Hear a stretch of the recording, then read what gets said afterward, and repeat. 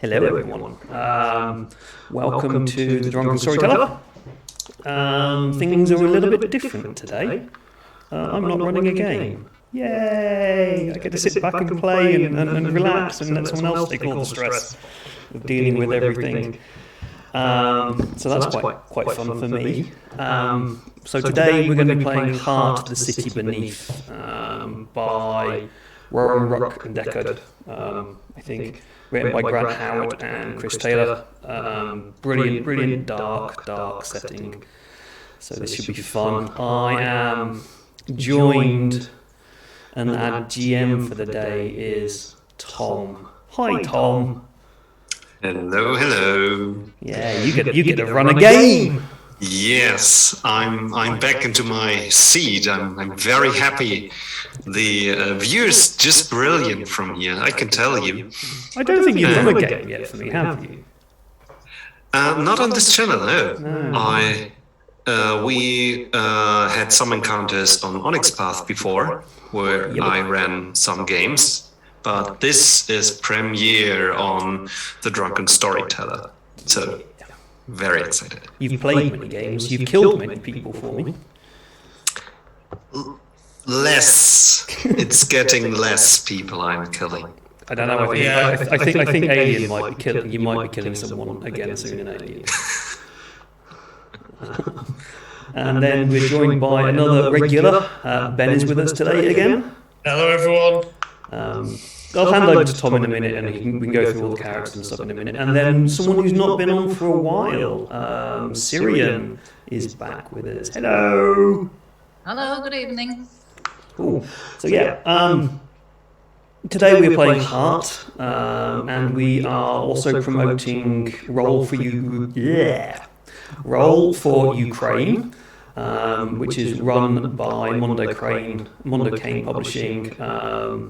So thanks to Mark and Rick from there for setting this up. It is a fundraiser to raise money for those suffering from the horrendous things going on over in Ukraine. So if you feel like donating some money, I'm hoping this bot is going to work. You can follow those links. The Facebook link doesn't seem to have worked properly, but if you go onto Facebook and search for Roll for Ukraine, you can find their donation page and information about what they're trying to do. I've also put in a link there for the International Red Cross as well, if you fancy doing that. So I will occasionally mention this during the stream and put it out there. Every little helps to buy food, clothing, blankets for those who have been displaced during the war. So good things, really good things. Go follow the hashtag Roll for Ukraine as well. Now with the game and what we usually do on this channel, most things are generally horror orientated, so there is always a content warning on the game. We have gone through Lines and Veils beforehand. We know each other's points, which we don't want to talk about. But if you are a viewer and you are uncomfortable at any point, please don't be ashamed just to pop away for 5 minutes and come back when you're feeling better. So this is a horror game. It's mostly focused around body horror. So do be aware that there will be some blood and guts at some point during this game. Other than that, I can't think of anything else to mention from my end. So I'm going to do something weird and hand it over to somebody else. So Tom, take it away. I totally will. So, brilliant.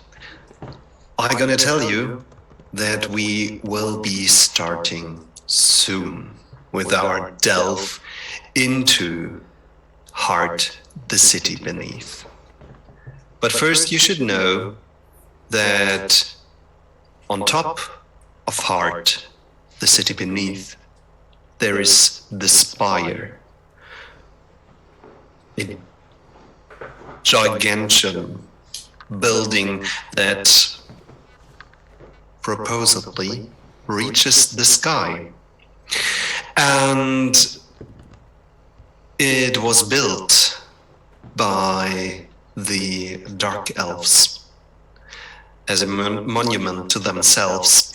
And as it is with everything that's beautiful and shiny, there's somebody who wants to take that away from the people who built it. And it was the Elfir, the high elves, the beautiful, radiant people who said, well, this tower seems pretty nice. We should take it. And they took it. Horrible, horrible things happened. And, well, in the end, they decided, we've got a beautiful tower. We need more lightning. And we need energy for our very important magical research. And we need a travel system, because you could put days and months into just walking through the spire. So they built a giant railway system. And to power this railway system and their fancy lightning, they decided, well, we need an energy source that's so big that it just can be found in the earth beneath the spire. And they were right. There was a giant energy source. And they went down there and they dug and dug and dug and finally came close enough to try to harvest some of that energy. And with the trains running on the rails and all the people going down there and discovering all the caverns and strange places beneath the spire, the whole thing blew apart. And something else took place down there beneath the spire.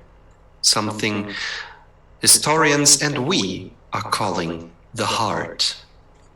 Something that is calling for the desperate and for those who try to become rich or powerful or simply satisfied. It changed a lot. Of course, the fancy lightning doesn't work anymore, as well as the railway system doesn't work anymore. Although there are many derelict train stations that one could visit. But the further down you go, the stranger the world becomes. The city beneath has become a maze, a living maze, buildings that change their locations and streets that lead to some place else the next morning after you've traveled them. Travel in the city beneath is dangerous, but still very enriching if you know your path and find the right people to talk to.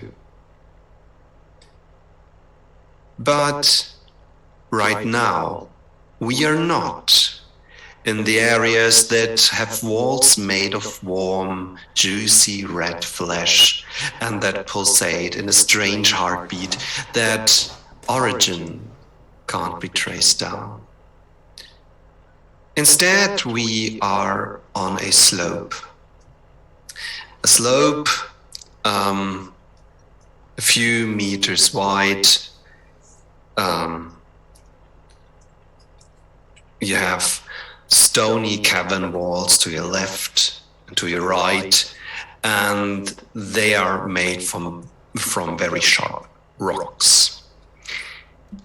And we see three travelers with scarce lightning sources walking down the slope, trying not to fall, and they're carrying a giant box with them, made from dark wood, littered with golden arcane runes that from time to time glimmer a little in the shadows.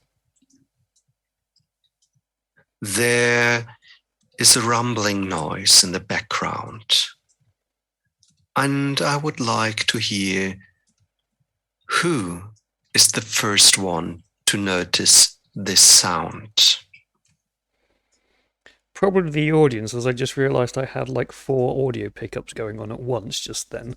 So there's probably some really weird sound effects going on. That's all part of the plan. So, who's picking up the noise first?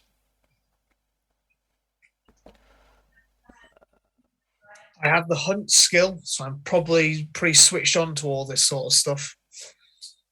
So, who are you, Hunter?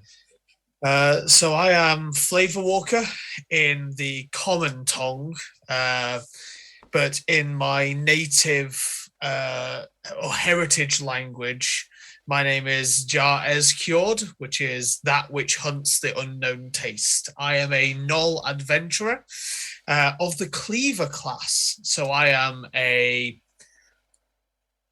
eater of strange things within the heart, which grant me powers and capabilities outside of the norm and known.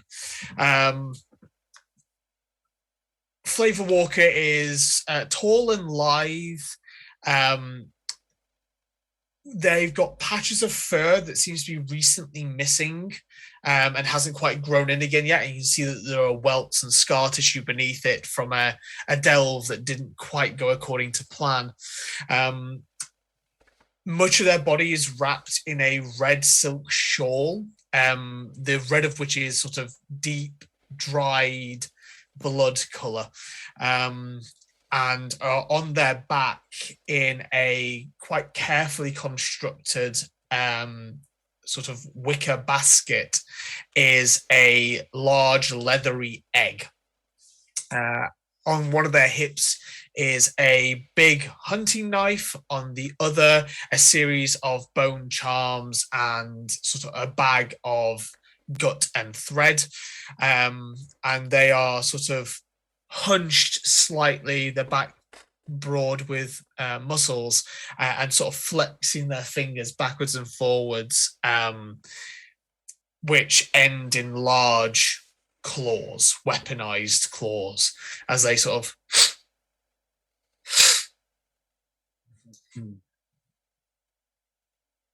and look about. The sound comes from behind you, up the slope. The last time you hear the sound like this, something very bad happened. What was it that happened? The last time I heard this sound, Yes. it was Chaser. Chaser is a monstrous creature that Flavor Walker is hunting, and they believe is destined to eat Chaser and thus fulfill their born destiny to taste this unknown flavor that has never been tasted by mortal lips. However, the last time they heard this, it was a bit of a calamity because it was Chaser is too strong to be slain at the moment, too much for Flavor and their companion at the time to handle. And so there's sort of a moment of trepidation. And I look at Xeris and just go, it's Chaser. And a big smile comes over their face. Is that good news or bad? You know the flower debacle? The thing we found? Yes. The thing I ran after? It's back. It's back again. So, And again, big scars, wounds that have only really recently begun healing, that sort of thing, but manic excitement across the face. well, are you going to fight it now?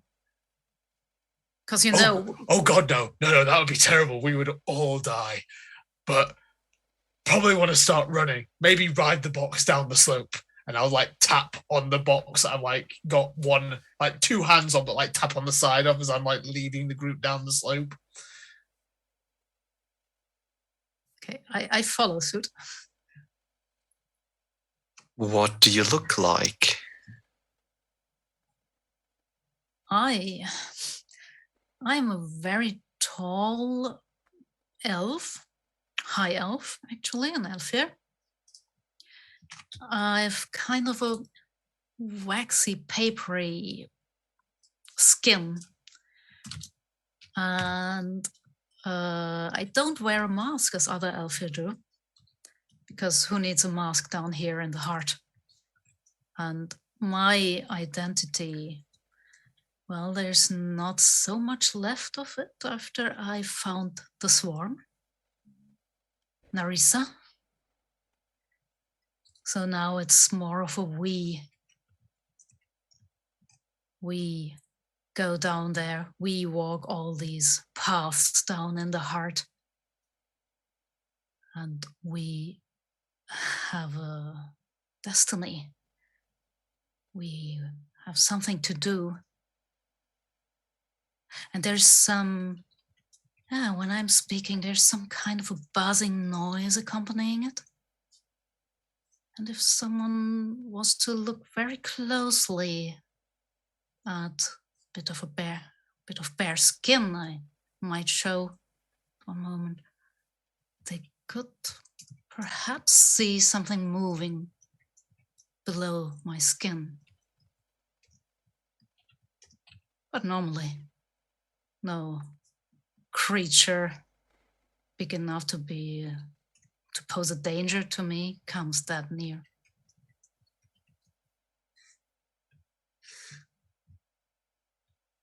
Wonderful.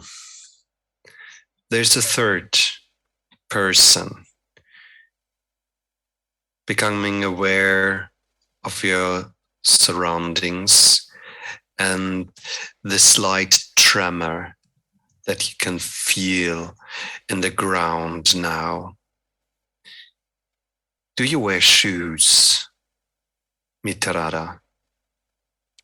No. I feel the path. I feel the pain of the path in my feet. I need to feel for the loss that I have gone through. The blood that comes from my feet as I slice my feet on jagged edges makes my blood pulse within me. It makes me feel the disease within me. It reminds me of those that I have lost. I hang back from the other two, watching them, wondering, was it them? They are new friends to me, but they are not friends, they are not my tribe. But maybe they were the one who killed everyone. Or maybe they can help me find the one who killed my tribe. My masters have forced me here, into this situation, and I'm not happy about it. I don't want to be here. But as I walk forward slowly, in ragged, torn clothes, my shawl wrapped around myself, the markings of my tribe on my face, I just watch, and I feel the trembling through the floor. I bend down and touch my hand to the floor to feel it through my body, make it pulse within my blood. I smile at the thought of this being over soon. I'm a tall, gangly gnoll from out of the city. This is my first time within the spire. It is all novel and new, but all terrifying. I have trinkets dangling around me, little bone trinkets and things that remind me of everything that I've lost. A mirror, some scissors, a little toy doll from the child who survived.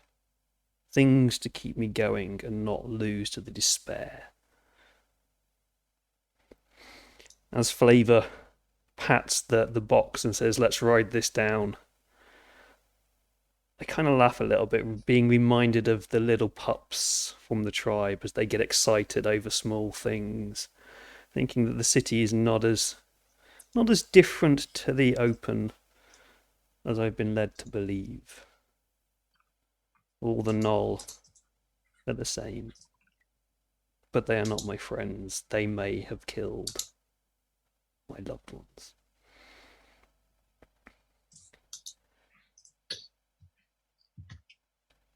The rumbling picks up, and the tremor increases. And then, with a crushing sound, around the last corner, a big boulder comes, rolling, jumping, tumbling down the slope, and it's soon followed by a brother, and another, and another. And you find yourself in front of a stampede of rocks. Landslide. A landslide, right. An underground landslide. Thank you. I don't know. I love the idea of a stampede of rocks, but also that has truly terrifying things because that suggests the rocks are alive. You've now made me think of is it Labyrinth, where he calls to the rocks, "Rocks, friends." These rocks aren't your friends. And I need to know from you what you're going to do about this. Hopefully, as with a snowboarder, outrunning an avalanche, riding this box down the slope until I can spot maybe somewhere to sort of direct the box out, either under something or maybe into a tunnel or however we can do that. At least that's my plan. What about everyone else? Yes, as I'm riding the box with you, I think I'm just doing the same thing. I think this is where Mitrada dies and gets run over by a boulder. This is how I go. It was foretold. It was a great trip. I enjoyed the city. 2 stars. I'm going to...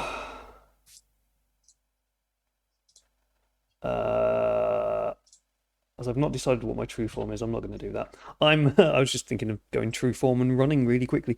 I'm just going to go into a loping stride, a steady, long, easy loping stride, as I would do if I was out on a hunt out of the city, and try and keep pace with the box. And if they veer off, I'll try and follow it. But and kind of scanning ahead, looking for somewhere to hopefully not get squashed. Brilliant. Let's start with Mitrada. We are going for our first dice roll tonight. Uh-oh. And I need you to pick up some d10s. How many?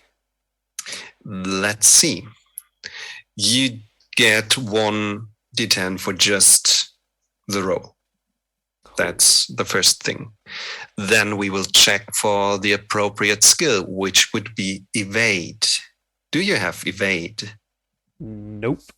No. As I said, this is where I die. No, it's not. Then we go for the domain, Warren, because we are in a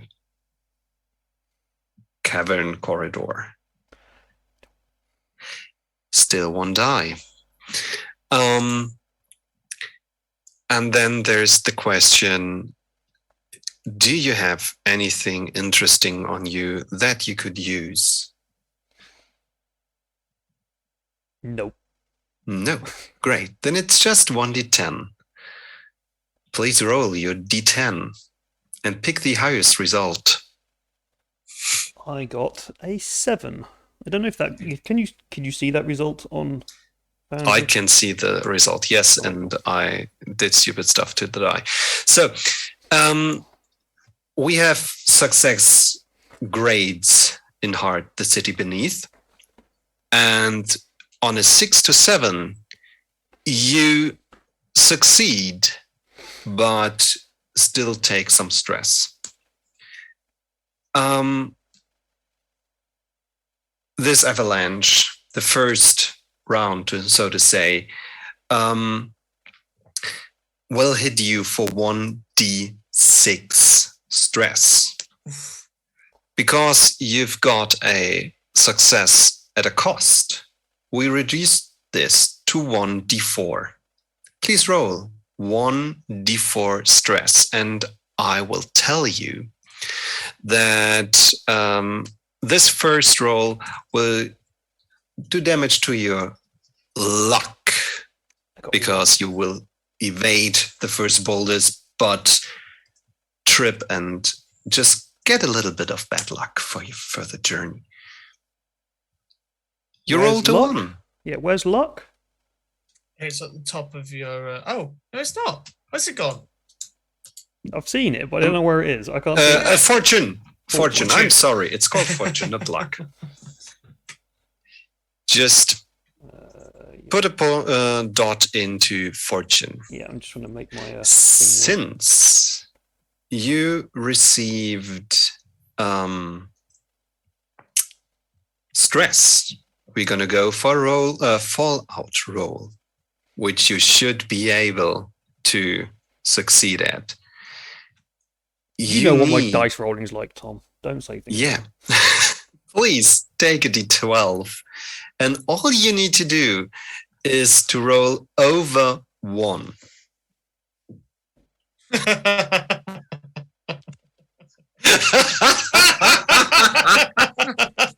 I told you. Well, the good news is we clear all your stress. Yay! And now the bad news. Told you I'd die. The bad news. I don't think you're going to die just yet. No. I'm sure. I'm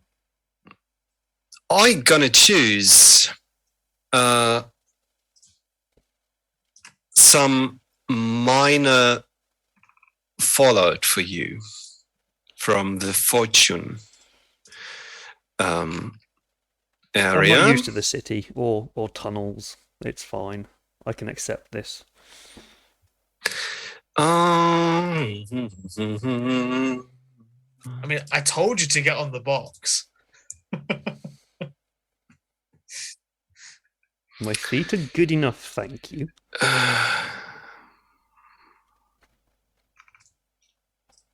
They are not really fitting for the situation.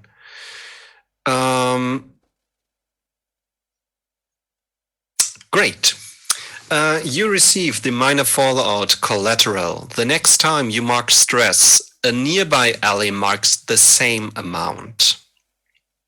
Oh, I have. That's one of my abilities. You have a knack for getting behind someone else when things kick off. Yeah, but both of you take it. Yeah. After applying this effect, you remove the fallout. So let's see what happens next, right? So the next time I fail, both people get it. Yes. Cool. Right now, it's just some looming doom over your head. It's all right. Quick, sing the doom song. Doom, doom, doom, doom. Right now, we can see Mitrada trying to get out of the way of the rolling boulders and kind of succeeding at it. None of them hit our knoll, but come dangerously close. And there's this foreboding feeling that something worse will happen, just to find back into karmic equilibrium. Flavor and Ceres, both of you are on a box. And I'm gonna offer you the same role. But since you are together, I think that could be an aided action. Like one of you would make the roll and get another D10 for the help of the other. But both of you will get the stress in the end. Okay. I think yourself, Zara, should probably make this roll, because you are at the back, which means you're providing the steering whilst I'm providing the sight sort of thing. So you're kicking to either side to avoid the boulders whilst I'm trying to point out which direction to head in. Yeah. I'm trying to steer us away from the worst. So, and I do not have the evade skill, but I do have the warrant domain. So that would be 3 dice then. Yes, and pick the highest result.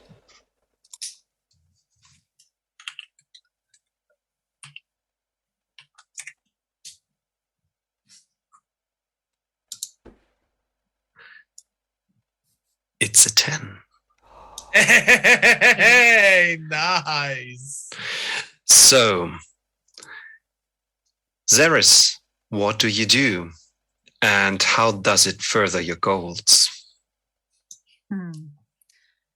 Well, as I'm clutching with one hand my big, bit awkwardly big folder I always carry with me, with the other hand, I'm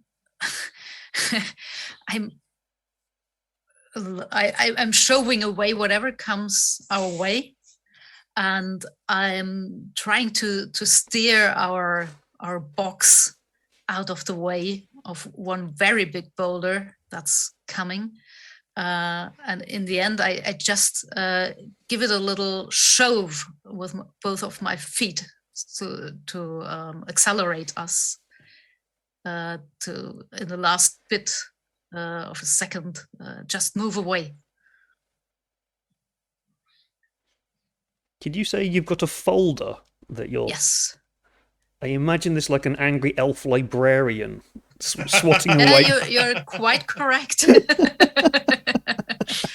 It's a very important folder to me, but well, you Knowles wouldn't have understood anything that's in there, so I didn't talk too much about it. Oh, wouldn't we? Oh, wouldn't we indeed? Well, something you do understand, though, is that in front of you, the tunnel starts widening. And there is some greenish light on a much higher cavern ceiling, which drenches the streets down below in much darker shadows than they would have been without the light. But nonetheless, you can see like the surface of a river just made out of rooftops. And these roofs are moving just like very slow waves. And you can see smoke billowing from this roof lake and forming strange forms like jumping fish jumping out of the water and returning back to it from chimney to chimney. Is this a haven? It is a new area of the city, at least. There might be a haven in it. Yes. Okay. So Flavor is just like gripped onto the front with their claws, like just their tongue lolling out and like flapping in the breeze like a dog with his head out of a window, and just sort of like leans back and just goes, Sissy! Sissy to the left! Sissy to the left!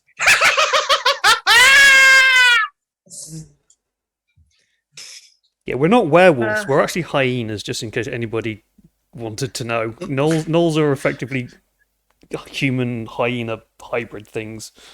Yeah, hence me laughing. Yes. He wasn't just maniacally laughing. It's Maniacal laugh.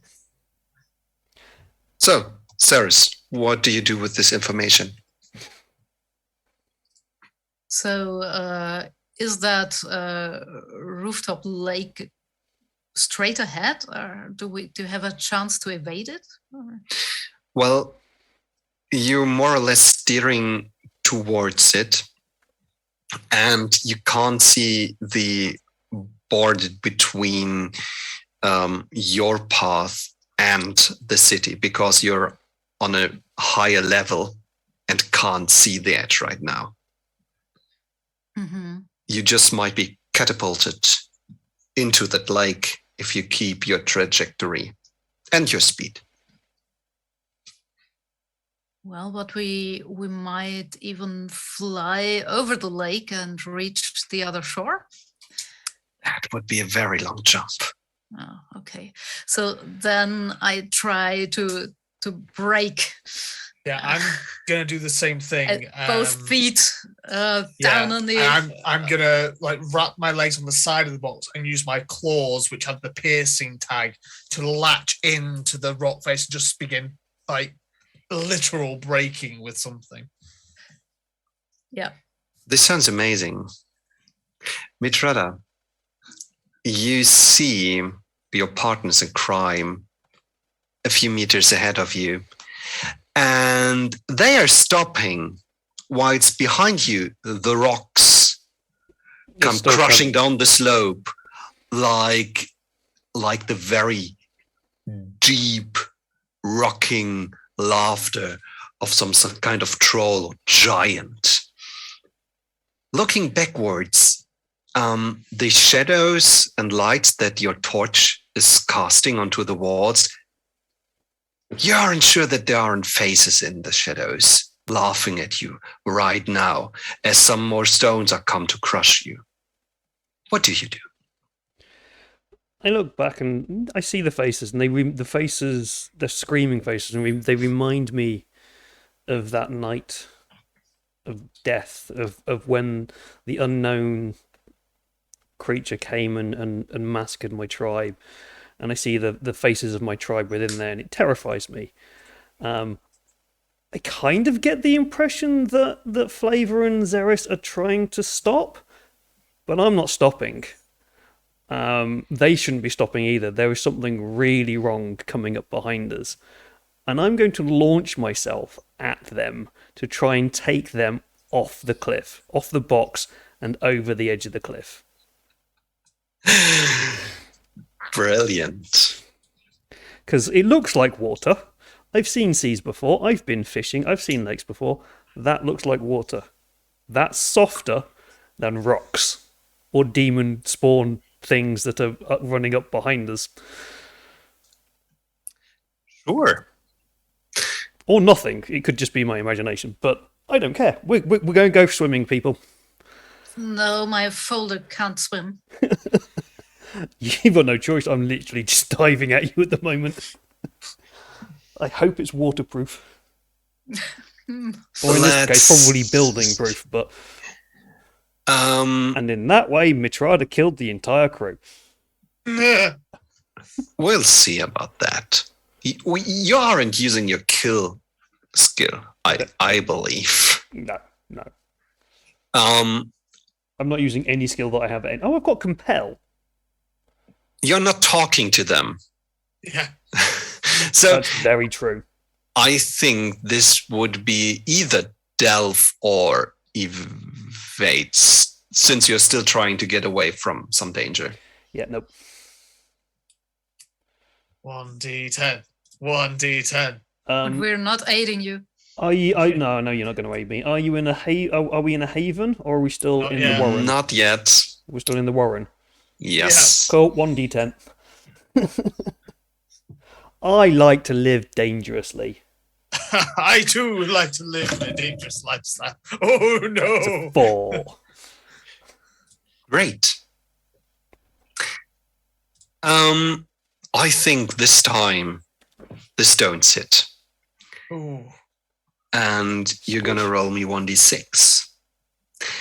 And in the meantime, somebody decides who will get also the same amount of 6 blood stress dealt to them. Sorry. Yes, I'm so- going to say Xeris because Xeris is the closest to me, and I'm diving at the box. Can I? would have Can said so I? too. I was gonna say, can I try and sell you a change to Ceres taking all this damage, Tom, by me trying to use an endure roll to try and sort of, because I'm bracing at, and looking backwards now at the people and seeing this happening, where Ceres wouldn't. Can I? Xeris would. try I think Xeris is looking backwards. Well, Ceres was also looking at the. I was looking forwards. Oh, right. Yeah, Yeah. the looming shape of everything towards it. Can I try and block some of this damage from them? Then I would say probably, but this is I get to damage choose from the somebody, fallout. and Yeah. this is from my fallout. So Yeah. Yeah. So I'll take it. I'm sorry. both of you I I rolled tried. a 6. take 6 blood stress. Am I using the right words? Yes, blood. It is. Do you have any protection? Eat both of us. You and Ceres both take 6 stress to your. If I hadn't protection. changed my abilities, I would have had +2 blood protection. But I changed my minor ability, and I don't have that anymore. Oh no. So, well, there's a lot still to come. We have moments for gaining new abilities. That's no problem. Right now, you're taking 6 damage, and this means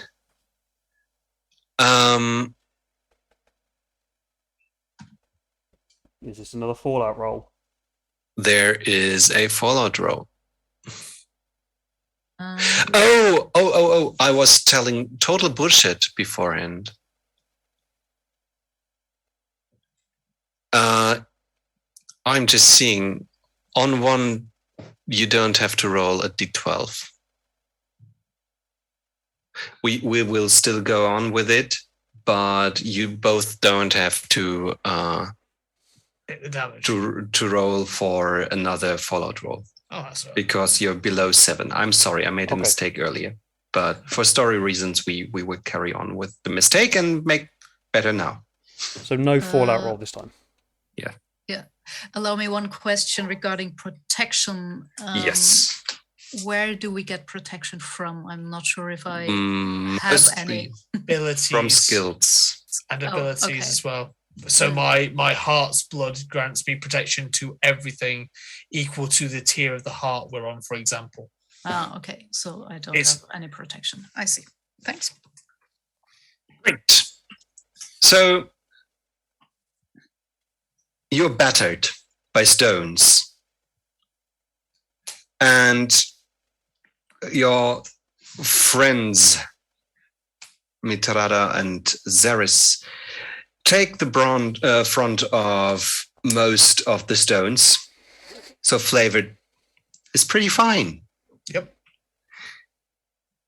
There's still more stones to come. What do you There's do? also a cliff coming up, yeah? Yes, but you're not spiraling out of control towards it at this point. Yet. Yes, but our current options are cliff, Yes. landslide. Yes. Yeah. So I'm gonna turn my back to the cliff face, look at Mitrada and Xeris and just go, okay, it's not stopping. Grab onto me. I'm gonna grab, literally just gonna reach out a hand to them, remove my claw from the floor so we speed up to get ahead of the rocks, and I'm gonna try and, as the rocks go over the cliff, hold us underneath the lip of the cliff, sort of thing. Before in doing we so- do this, can I ask, is there a path to the left and right? No, we're in a tunnel. Does the tunnel literally just open onto a cliff, or is there an area where we can just run to the side and get out of the way? That is a pretty good question. Let's see. Because this is like brilliant, Ben, flavour, if you want to do that. But I'm just going to stand to the side and let them go past me, if possible. Yeah. But given all the information I was told, that wasn't possible. So yeah, I'm gonna try and I'm gonna take my silk scarf. I'm gonna tie it around. I'm gonna tie it around my body and my chest. I'm gonna go and tie that on to the begin tying that onto like some of the rope or something we're using to carry the box, so the box is not gonna shoot off and vanish into the sea city, wherever it ends up going. And then I'm gonna get these two to like grab onto the silk and wrap it around their arms, because it's big enough to cover most of my body style scarf. And then I'm just gonna get ready to take the full brunt of these two and the box and hold on so the rocks don't just obliterate us into pieces. I'm still waiting to find out if there's a place on the side that I can stand, because I No, don't want Tom to said touch there you. wasn't. He said he was going to look. Yes. And he there said wasn't. no. Yeah. Oh, Yeah. did he? Oh, I missed So that bit. you don't have to touch me. You have to touch the scarf. How much does it look like water? From up here, very much.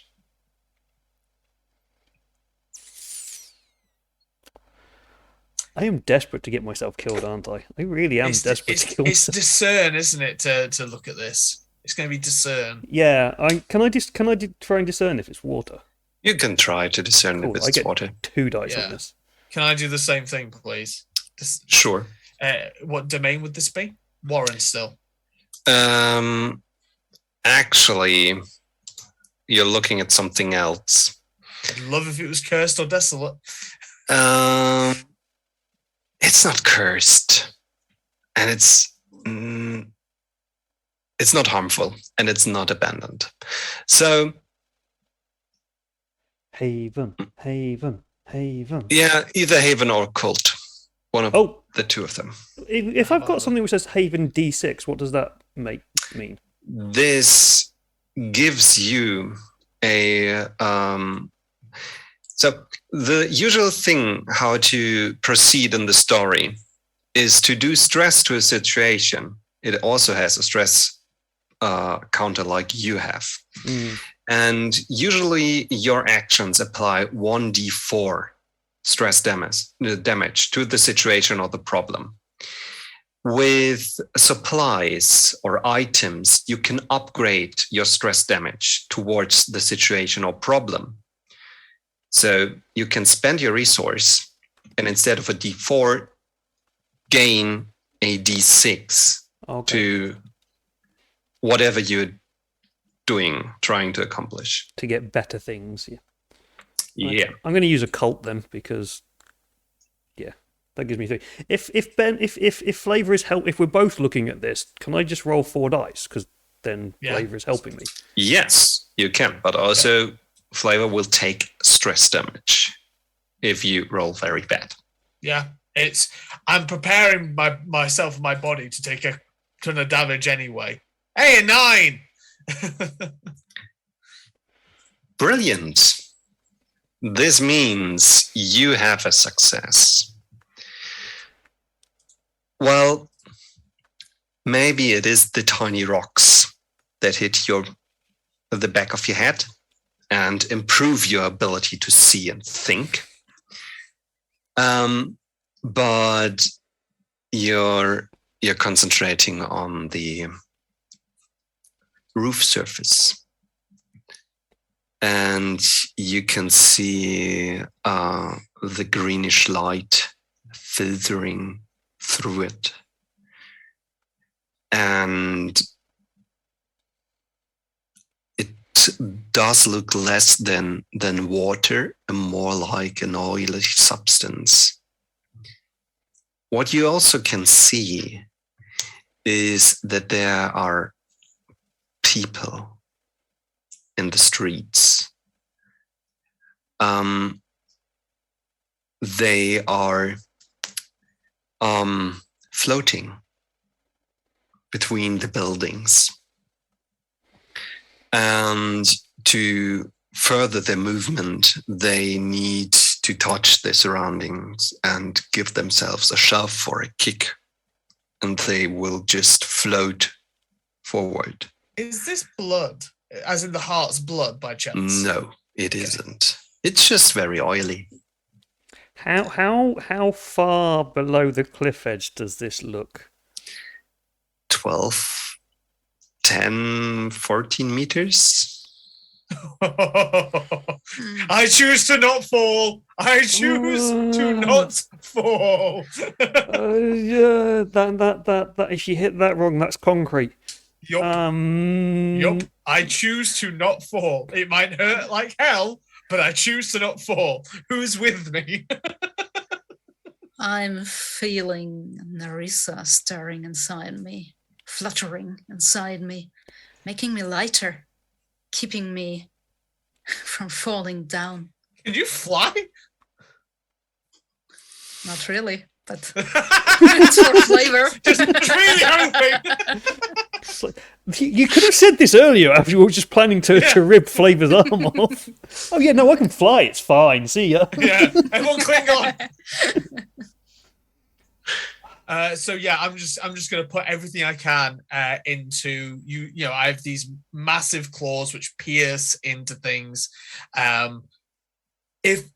If I can sell this as an attack style thing, as in I'm attacking the rock to cling on and then hold underneath sort of thing, I will. I have because we've got time before we get to the cliff face. I will pull out. I have a heart.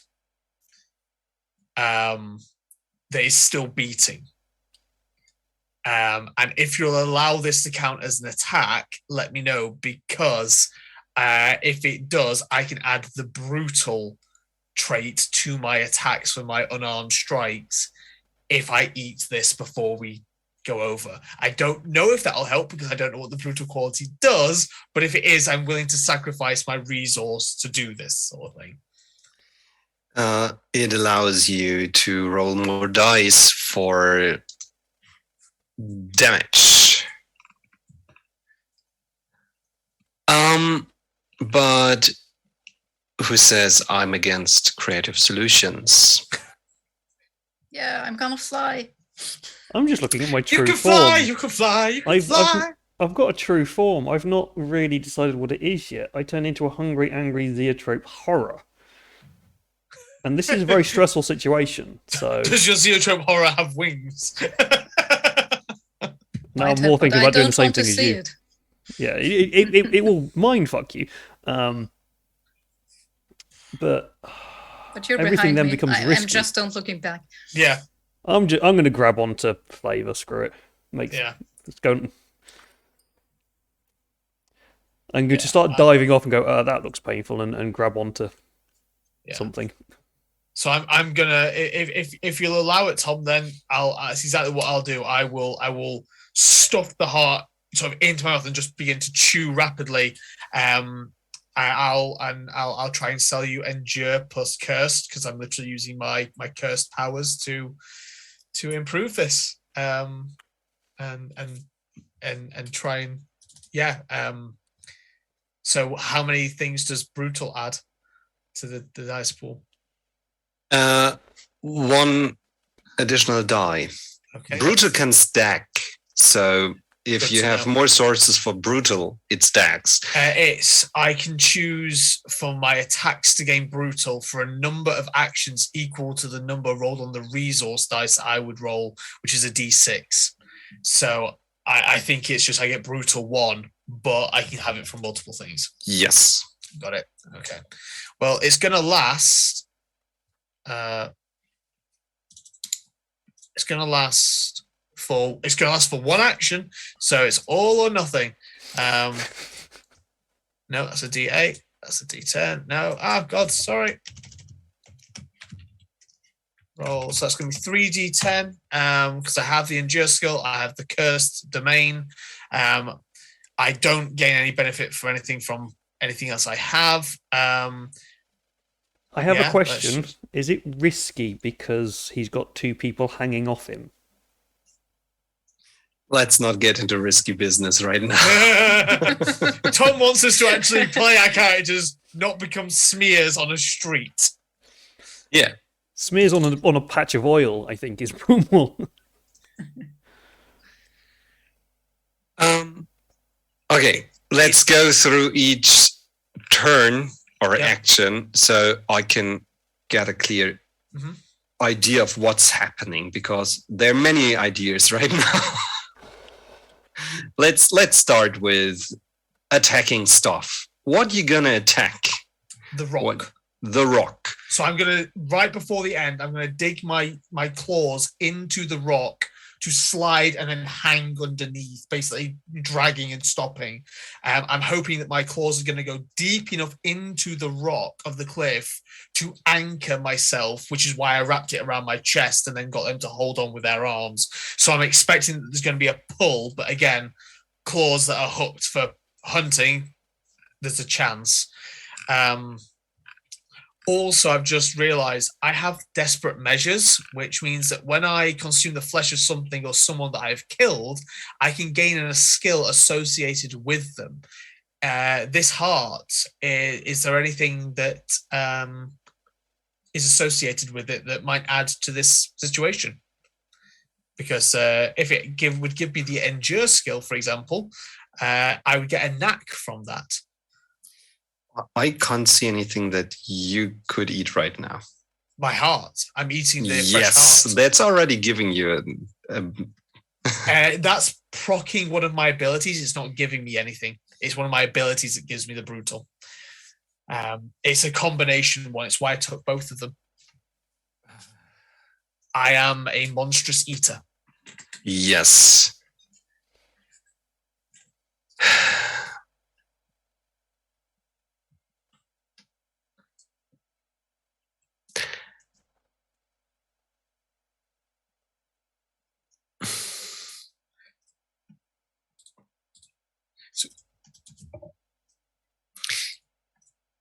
I think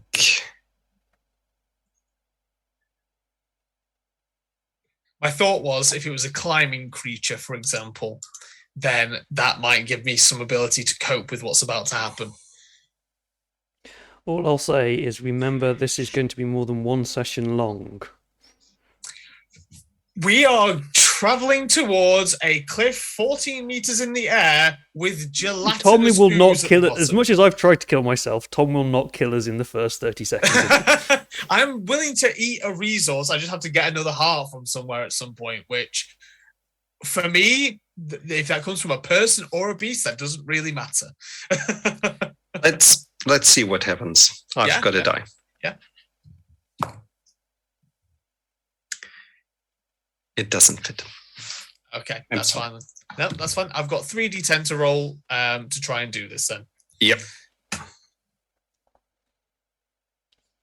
6. We got a 6. That's great. So you succeed at a cost. Yeah. I'm guessing a considerable amount of pain. It might be pain, yes. Yeah. The thing is, you can dig into this cliff. That's all right. Yeah.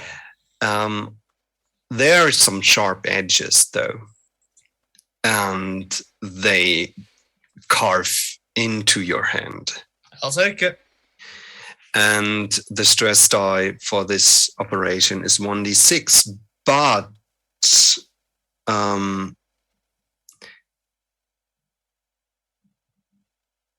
you can roll me another d6 first. 4. 4. This is great. So you're hanging tight in there and completely slow down without falling. And then 3 for the second d6 you asked me to roll. Yeah, and that is 3 stress on blood for you. Okay. What tier of the heart are we currently 1. on? So I only take 2 then, because my minimum Yes. protection value for all resistances is equal to the tier of the heart we're currently on. Yes. Great. So you're hanging in there. Ceres, what are you doing?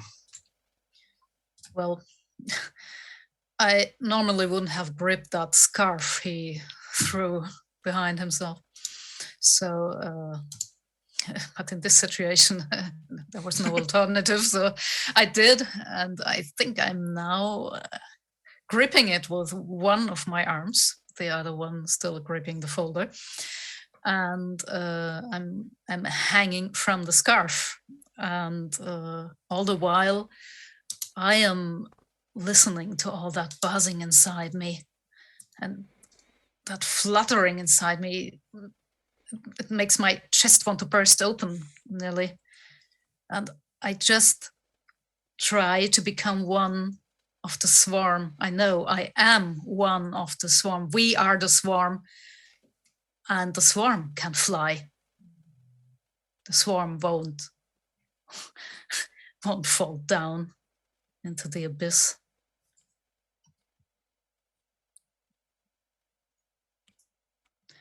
So there's no ability I can back that up with. But, well, I just trust in the swarm. You trust in the swarm. So let's see what happens. I think this changes your die roll towards... What would that be?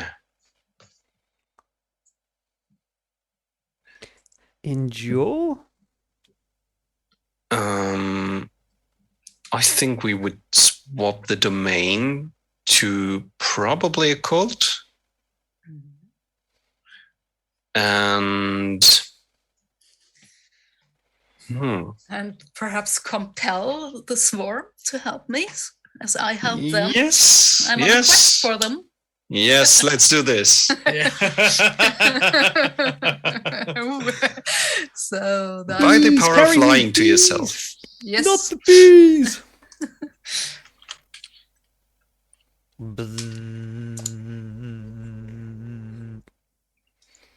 that's a 9.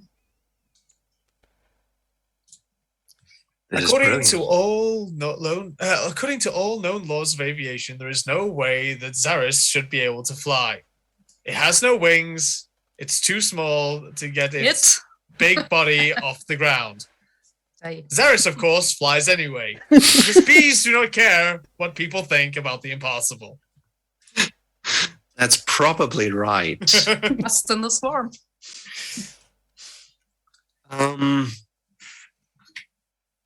Zaris' view, it's not like shattering, but it's splitting into facets. First, you have 2 perspectives to look from, then 4, then 8, 16, 32, 64, 128, further, until there's a 360-degree vision into every single direction.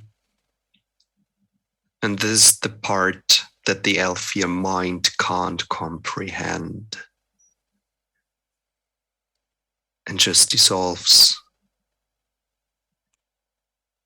into the swarm of bees, leaving the linen, the robes, and we can see a waxen body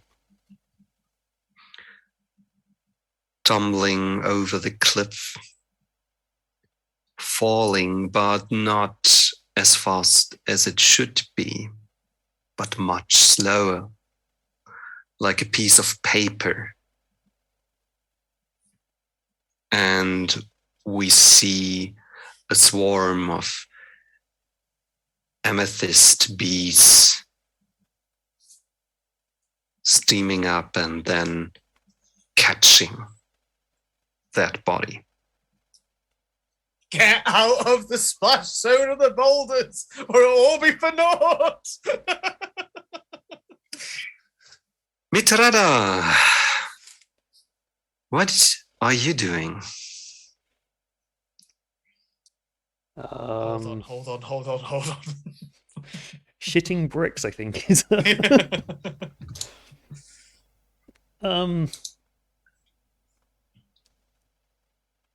I'm going to.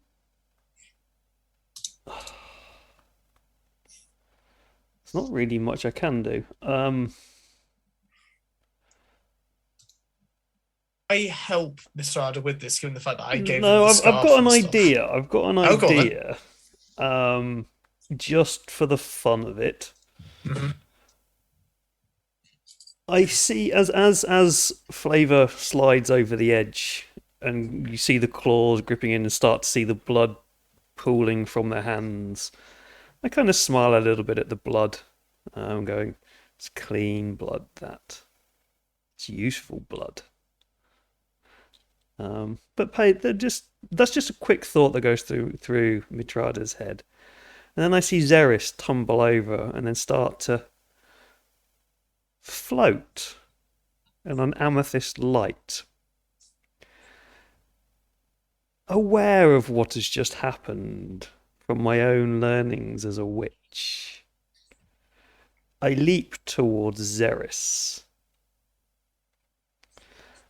My mind reaches out to the swarm and tries to compel them to catch me. Basically, I want to surf Xeris' body down to the oil. I'm going to air surf Xeris down to the oil. Brilliant. Well, So I'm hoping that this is a trying to compel the swarm with an occult roll. sure, absolutely. So, another Obviously, Xeris can try and fight this off if they don't want me to surf them, but I'm out of my mind at the moment. is the player okay with this? Sure. Okay, great. The thing I'm gonna tell you now is that usually I'm telling you what bad things will happen or are possible to happen before you roll. I very often forget this part, so I will do it now and probably just once because scatterbrain. But, well, you're trying to link to the swarm, and we noticed what happened to Xeris as viewers. I'm fully aware. Great. You will get a sick ton of echo stress if you aren't succeeding. Oh, what a shame about echo Your stress. poor Null's mind. Yeah, I was going to say. It's only 180 yeah. degrees. I'm so That's a hurtful shadow. that you're going to give me echo stress. It really, really, really hurts me that that's the one thing that I can cure really easily. Just if you don't receive fallout before.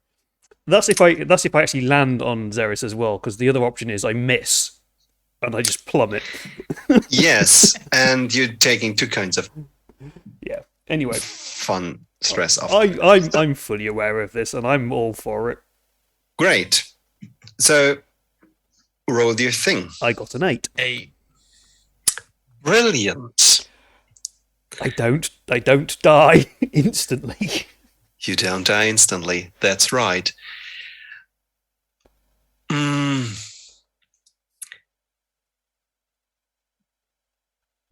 The swarm reacts to you. Friends, help me. And it isn't a nice feeling. You are a blood witch. You already mentioned your true form, which is something horrific. Are you going to make me turn into my true form? No, I'm not. I'm just telling you that that's something very close to chaos and the nature of the heart. And if there's something that these bees aren't, it's chaos. They are the force of order in this crazy reality. And you it's clean. feel that they recognize you as something that must be contained.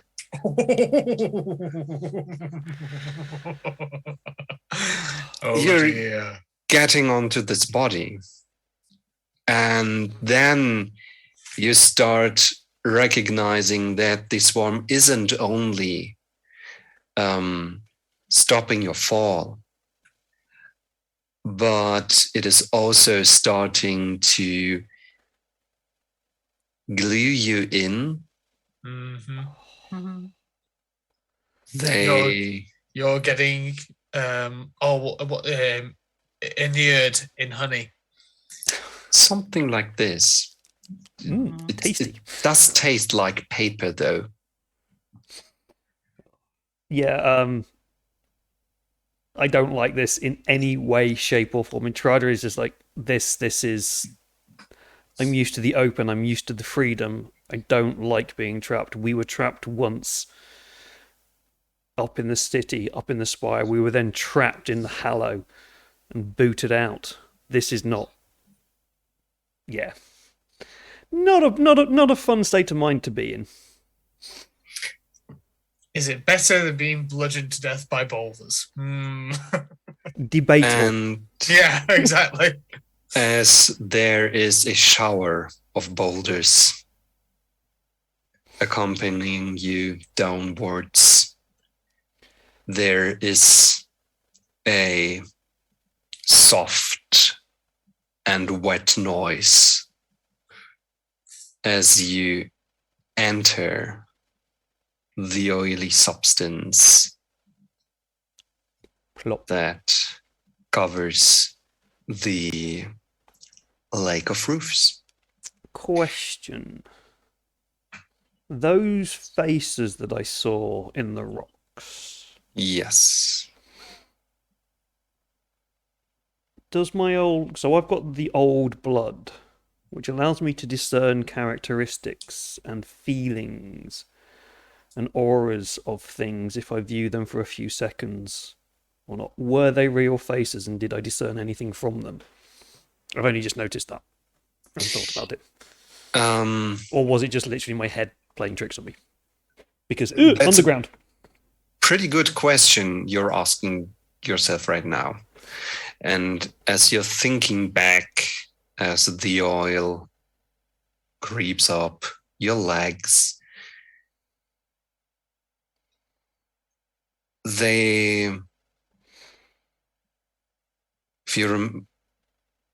if you aren't betrayed by your senses, they have the same form of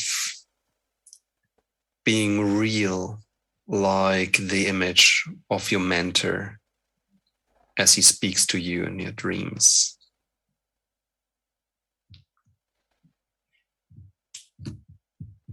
In the meantime, a big dark wood box with carved in golden glowing symbols. Hey, that was tied to my chest. That has gone nowhere. It is just right now tumbling over the edge. With This a is null a bit that's attached going to to it. really suck. Yes, it totally sucks. And then it crashes into the wall. And you can see that one of the edges starts splintering. And there's just this voice of the guy who gave you this box. As he said, it is of the utmost importance that nothing, and I repeat, nothing, disturbs the box, the runes or whatever is inside.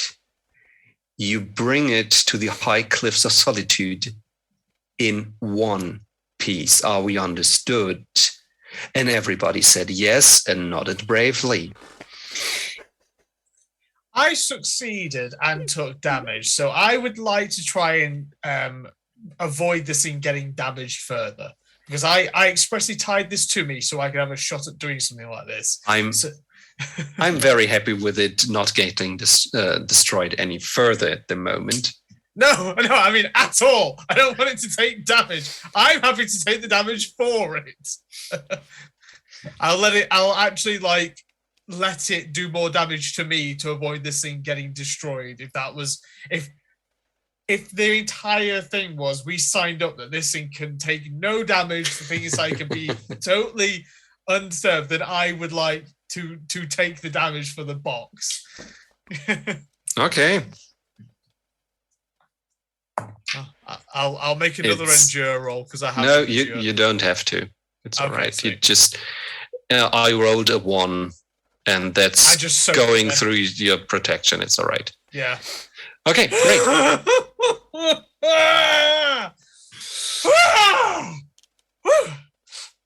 So where are you? There, beneath you. And I'm kind of curled up in a ball, lying on top of Xeris at the moment, whimpering. Slowly sinking into oil. Nerissa,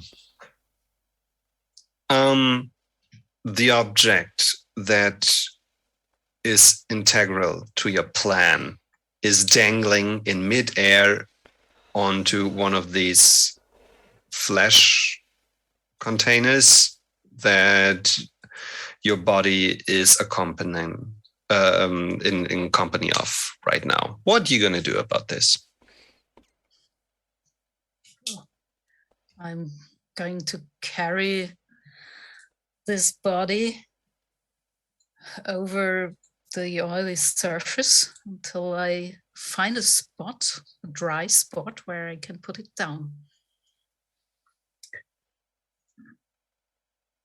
Okay. So Flavor will just have to hang in there a little bit longer. As the swarm is carrying the slowly drowning Null on the Elfia body to a sort of island. It must be the roof of a large round cathedral type of building. And it has some man-made plant life on it. Like it's made from steel beams and all kind of other industrial stuff. Beech trees like palms and bushes, and there's some tiny huts on there as well. This seems like a good place to leave the knoll.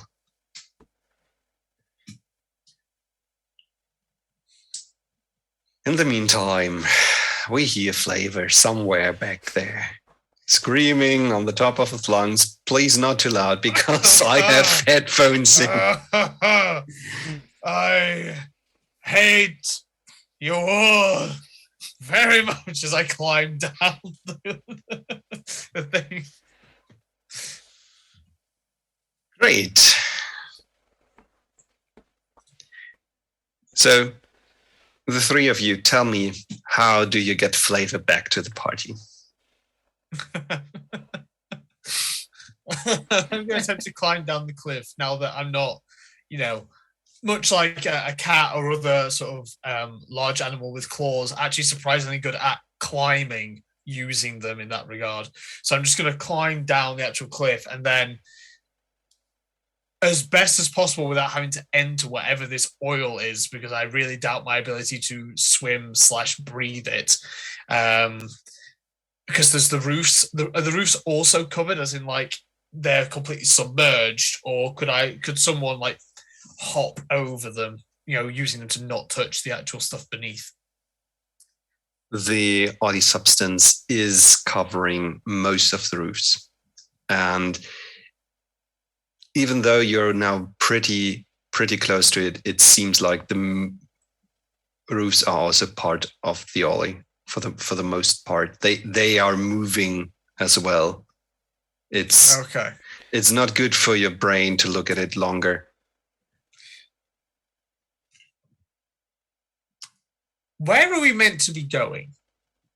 To the high cliffs of solitude. Yeah, I get that. As in, are we on the right track, going over, through, under, however the bear hunt wants to take us? Or is our actual right way back up that cliff that we just came down pretty roughly? Because if it's back up, I'll climb back up rather than down to meet with them and wait for them to get to me. The very wealthy and knowledgeable person who gave you this box told you there's no mapped way to the high cliffs of solitude, but I trust in your ability to find it. Helpful. You have to go from landmark to landmark and research your way. And it's pretty possible that you're on the right track. To make sure, you need some landmark to pinpoint your location. Well, for example, that roof we're now on. Yeah, I was just going to say, well, Flavor is climbing down the cliff to me, and what's the swarm's name? Narissa. Do we want to try and discern something about the area that we're in, as if there's any kind of like landmarks or like temple or like statues or places that we can go to from this oily, sticky substance? I don't know if Narissa has that. I think we want to do that. Yes, we're going to scout a bit. Yeah, I'm guessing the bees, the swarm, is probably quite good at this because you've got 360-degree vision, and we are many. We are legion. The issue is does the swarm actually care about what they see? Well, they have a destination they want to reach too, so I think they care. I don't know if they care about the box, but that remains to be seen. Well, fine. I don't care about the box. I'm literally looking for one person, and this is a route into the city that might take me towards that person. So yeah, we'll look for these landmarks, and we'll just let Flavor deal with the box. Wealthy and powerful patron pissed off then. Don't really even give a... So Narissa, do you have discern as a skill, or? I think we don't need to roll discern, but we will learn about this place in just a few minutes. Okay. Let's just say that in the end, Flavor catches up with the other two, probably floating on top of the box. That's what I was thinking. If I absolutely have to get out there, I'll float on the box itself. Please tell me there's a broken little bit of wood that you take off it and you use as a paddle. No, because I stopped it being damaged. I've just got this image of a hyena paddling on a box now. Yeah, that's exactly what it is. And, well, I think we will discover this new location after we had a short break. Woo! Cool. So we're going to take a short 10-minute break, a little bit of comfort break, get some food, get some drinks, and all that kind of malarkey. And we shall be back in about 10 minutes, so probably about 20 past 8 UK time. Whatever time it is you're watching in about 10 minutes time. So we shall see whether I get to surf more bees soon. Thank you very much. See you in 10. bees.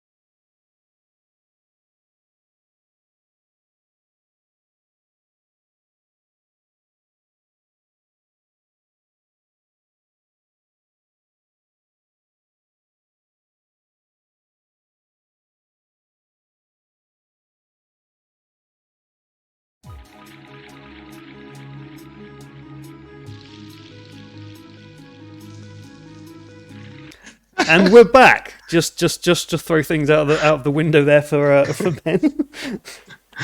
We weren't talking about coffins. Not at all. No. Welcome back, everybody, to our game of Heart, The City Beneath, where we are also raising money for Roll for Ukraine. That's not working. Why is that not working? Roll for Ukraine. So we are raising money to help the people put out by the current atrocities happening in Ukraine. So do check out the links in the chat and go over to the Roll for Ukraine Facebook page where the guys from Mondo Kane Publishings, Mark and Rick, have set this up. Also go check out Mondo Kane Publishings on Twitter because they're awesome. But yeah, also the hashtag as well on Twitter is Roll for Ukraine as well, so go check that out. to find out all the good stuff and where the money's going and things. So go have a look at that. But now we're back. I've just surfed some bees. Flavor is surfing some oil on a box that is possibly leaking. Important. Maybe leaking. We'll see. And Xeris is actually Narissa and having a bit of a weird time being a swarm of bees. So, Tom, what happens next? This is actually my question. I need to ask you what's happening next. What's our landmark? Where are we? This is such a good question. Tom just does. So, you are on the top of this cathedral-like island, industrial-looking trees and, kind of living space. You notice there are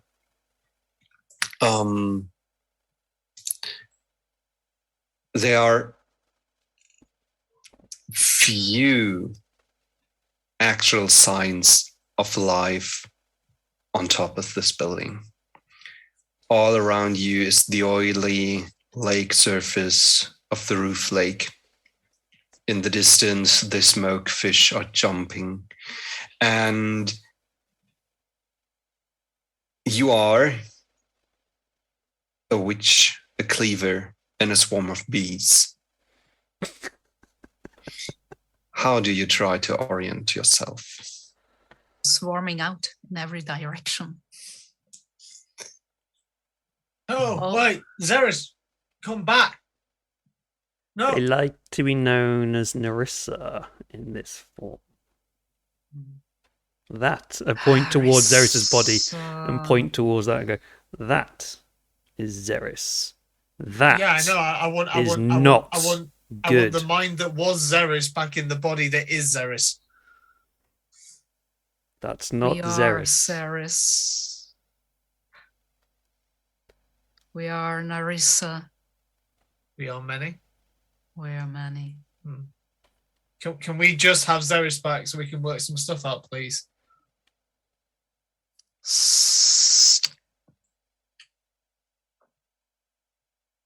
And whilst this conversation is going on, a large part of the swarm is fanning out over the island.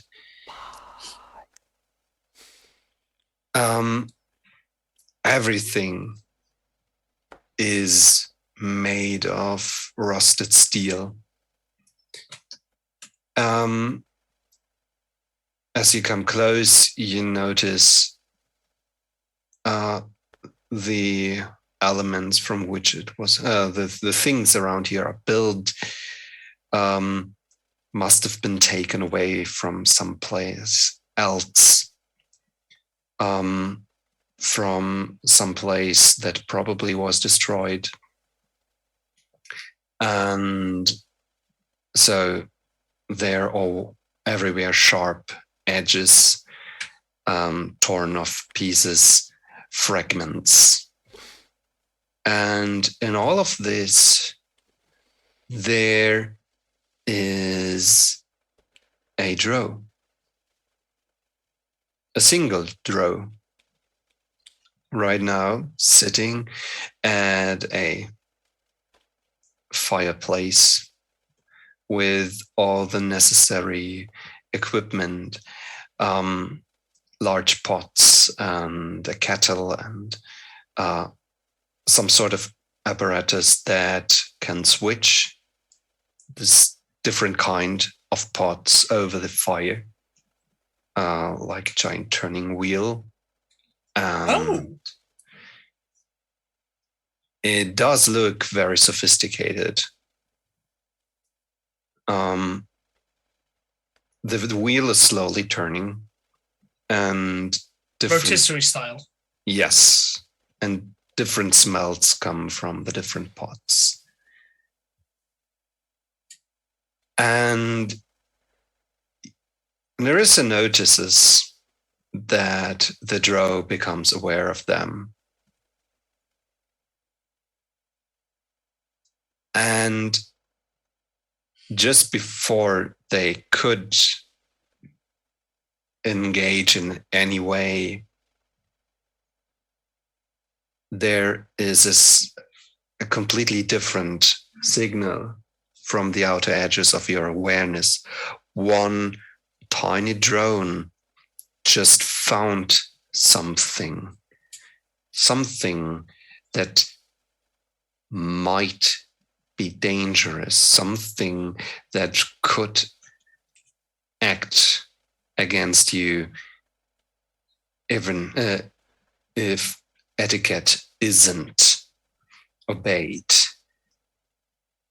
And just one thought echoes through the hive mind. Foreign territory. And the swarm retracts. Oh, foreign for the bees. That's not good. Like my mind. How do Mitrada and Flavor see the drow or not? Or is it only Nerissa? If you stayed with Zera's body and waited for Nerissa to get you some surveillance information, you won't be aware of the drow. Okay. Yeah, I'm just sat here. Was that here going, wake up, wake up, wake up, wake up, wake up, prodding the No, body? just almost watching over the body. So I sit down and, like, you know, even though I'm like looking around idly, I'm like picking segments of rock out of my fingers and beginning to like in fact with Sonia's permission, because we've traveled before, this might not this exact thing, but something like this might happen before. Could Flavor have active consent to tend to Xeris's wounds when they are not present within their body? Because I know you took 6 points of damage, and I can heal that with my equipment. Sorry. I don't think Ceres would appreciate that. Then I'll offer it to Mitrada instead. Then I'll still wait. I look at you and just... I don't know you, but I know what you are. I'm like, I am not food. You stay away from me. I'm not trying to eat you. I'm offering to make you better. I get out by bone charms and animal gut sutures. No funny business. I didn't kill you. You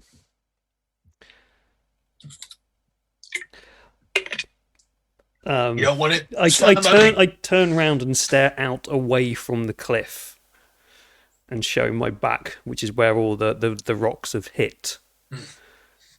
I just don't say anything. I just turn away from you, showing you the wound, but not saying anything. Yeah. I'll try and make the necessary mend roll to try and heal.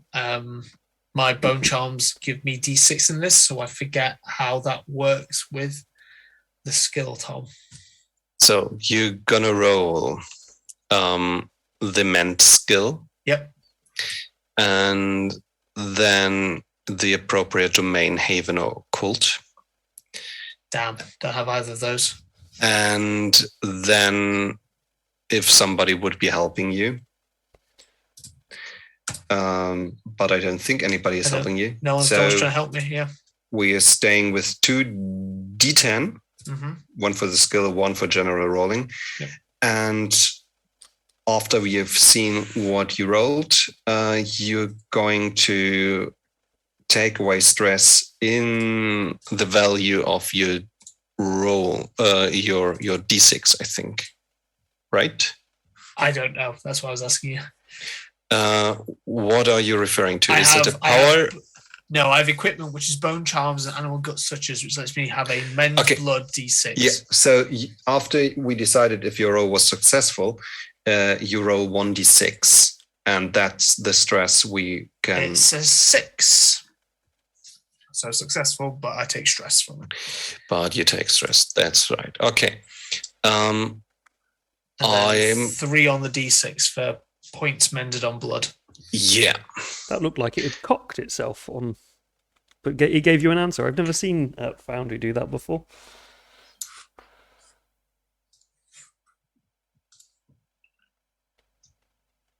I'm distracted. Sorry. I think what happens is you will just take this as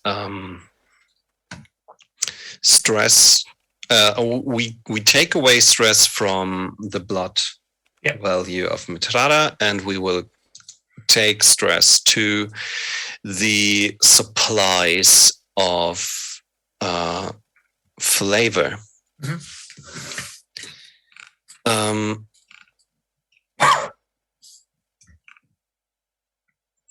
And I think it's just the D6 value. Same amount? Same amount, yes. Okay, so I take 2 stress to the supplies then. Yes.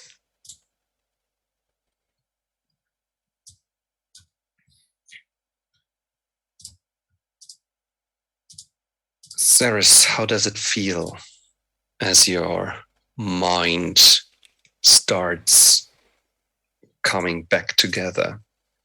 In a state of panic, though.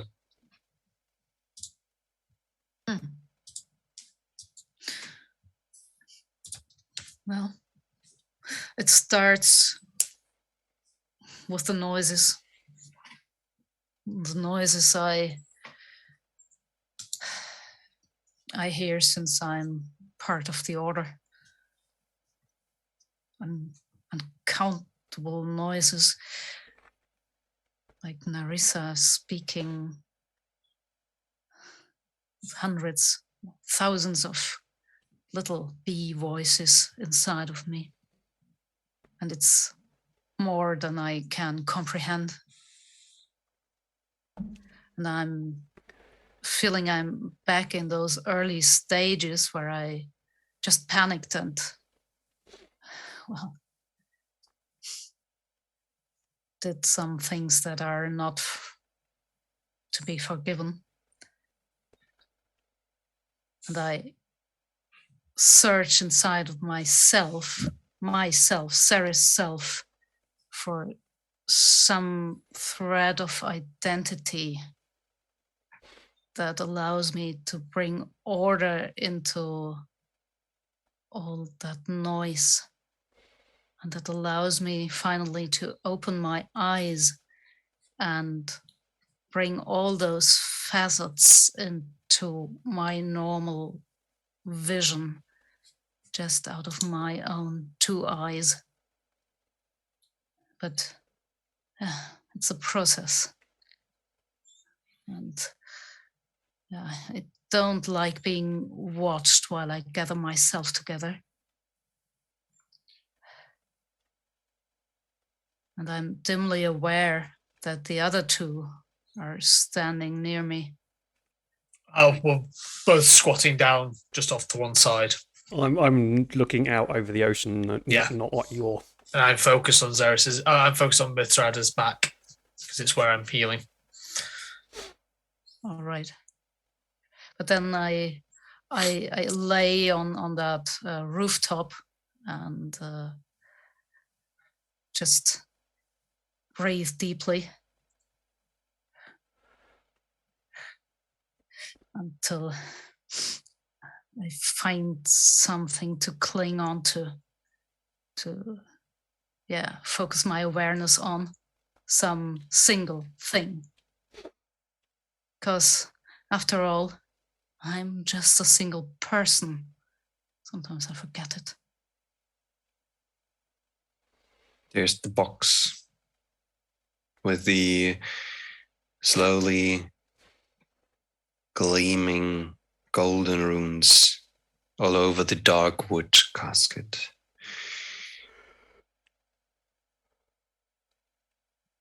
Flavor's probably singing as well. Just gently humming as he works. As they work, sorry. And then their steps coming closer across the self-made island towards our two gnolls and the elf here without a mask, but a lot of bees. The bees are Hey. the mask. Who are you? What are you doing here? Just Singing hiss. and caring for wounds. Who are you?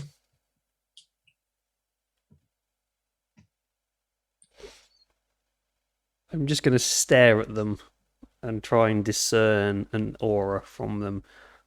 What are they? Are they? I can discern their surface level emotions. Are they angry, happy, frustrated, curious, looking to hurt us? They are cautious.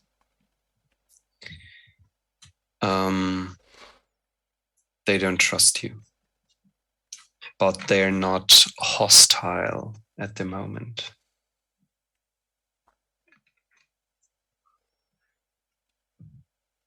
Are they the owner of the territory Nerissa pursued previously? Or are they the drow? They are the drow. Mhm. My name is taken away by the light. I made this place. You have poor taste. Why would you make something so As sticky? Metronis are insulting this person, I jab them, just like painfully on a bruise with a claw. Just turn around and hiss at Flavor. There's just like a single like snarl expression, just been like, not how it's done. It's sticky. Why would you come here if you don't like it? You think We were I have a running. choice? From a landslide. Oh, the noise. So you brought the noise. No, The We noise ran. brought us. from a landslide, which may or may not have been caused by Chaser, but I'm not sure about that. Chaser. Yeah. Well, not a name I'm familiar with. You've not heard of Chaser? No. Oh, will you shut up about Chaser? I'll trade you the story for guest rights for the three of us. We need to be moving, not staying. You're injured. Xeris is injured. I'm injured. Safe place to stay is not to be sniffed at in the heart. And if it's guest right offered, and I look at Taken by the Light, who are we to turn down? So what say you? Story for Sanctuary? I could even do some cooking. I can cook pretty well myself. Thank you. You can. I turn around to at that comment. I turn around to Xeris and I'm just like, this is not going to end well. Flavor is hungry. And there is food here. Yeah. All right. I don't know if we should stay here for any time longer than is absolutely necessary. If you would agree to let us tend to our wounds and then go on our way, we would be much obliged. Flavor, you can entertain yourself all you want, but I think moving on is best. Ye-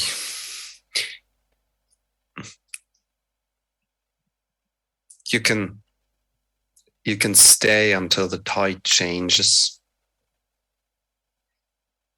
You would probably have to wait. You could be guests. Then I will trade you my story. What is this tide you speak of?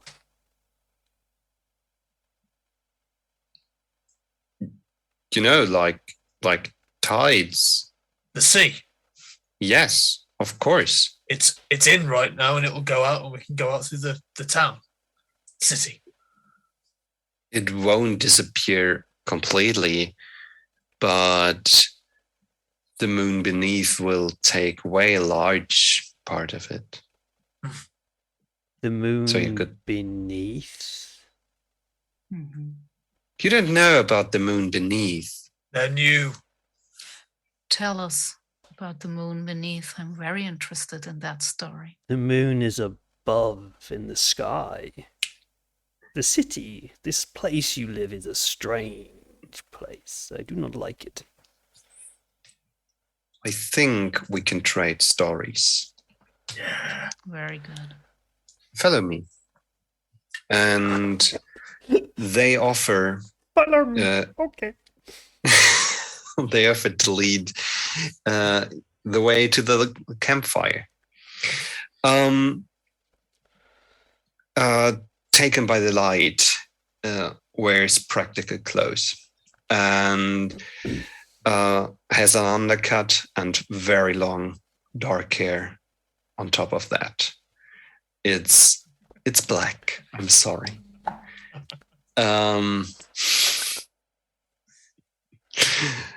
I've not got much hair left, so. They carry many tools, and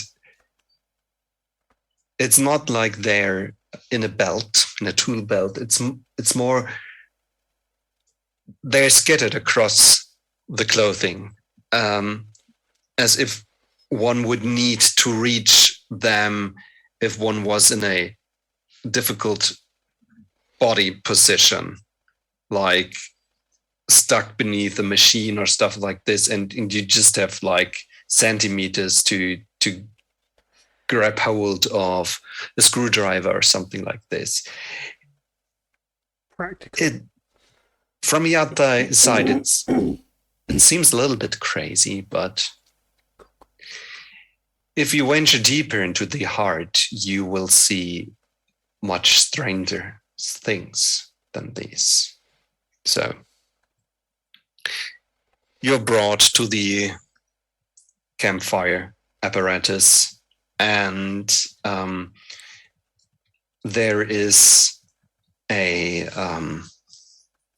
tiny stove next to the campfire on which an assortment of different bowls waits you, and they are preheated. Taken by the light, gets some of the different soups that are cooking in the pots and dishes them out to you. Flavor. I will. Is this your usual fare? Open a small bag, ignoring Matrada so hard, and offer it out, and it's salt for the guest privilege. How very kind of you.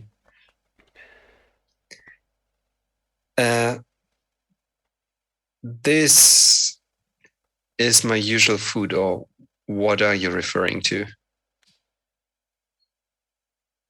Oh, nothing. I was just asking Flavor if they're up for some soup. They have proclivities. Oh, I'm a walker of the Red Feast, but I eat anything. sure. Sure. You are my guests, they say with some determination in their voice. Stare at Flames like, guests. So I think you're making a dramatic assumption about what it means to be a cleaver, and it's worrying. I have been told stories of this place and those outside, people like you. Do you mean We people don't like me? talk. We don't deal with you. There is no halfway. You eat or you get killed. So we avoid you. I'm here because you are here, and I'm here with you because you are helpful to me. But I do not like being around you.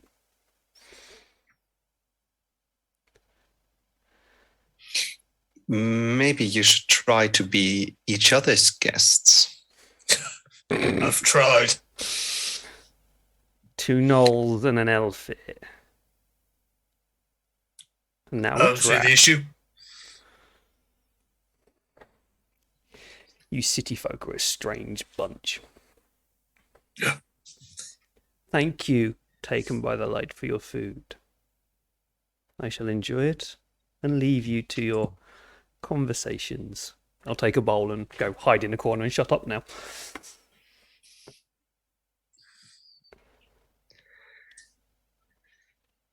So the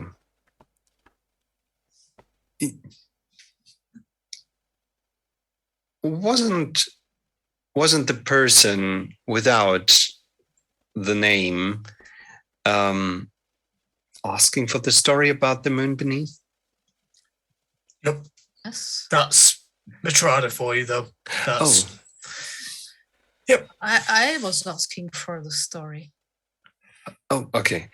Well, then I'm gonna tell it. It's pretty short, to be honest. It dates back to the days before for a long time, as the drow, my people were a free folk, and then were robbed of their home, robbed of their station, robbed of their possession, and many other things. Many of us were desperate and called to the gods, which weren't listening. Which gods? Many. In the end, we turned to the moon, and it didn't answer in the way that we were used to it. It didn't call us up. It called us down. It called us into the depth beneath the city. It hid us and granted many powers more. Like what? I heard of a place which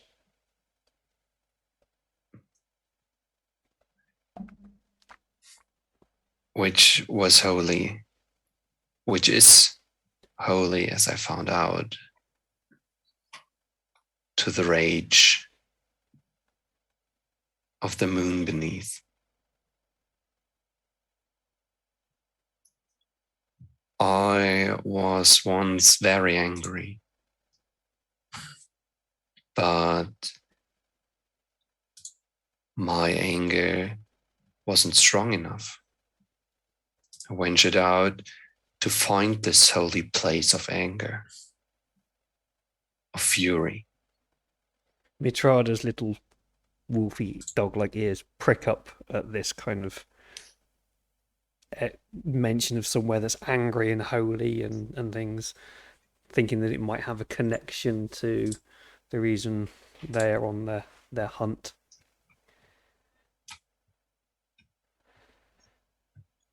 I found the place.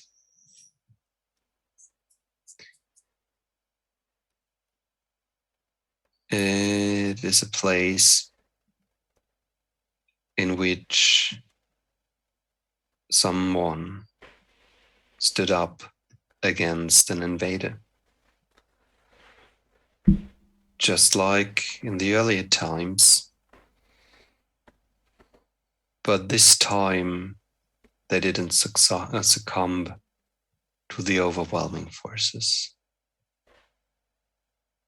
They were imbued by the wrath and fury of the red moon beneath. They killed all of the invaders. Not a single one survived, even though their body was pierced by swords and arrows and bullets. Although their blood drenched the ground, they kept on fighting. Their companions had to bind them, tie them down to stop them in their fury.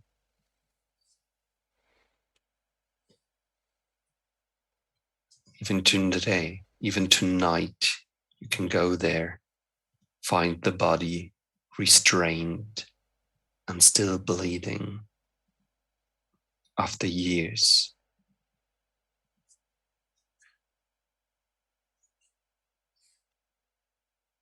This sounds... How long ago was that? And who were the invaders?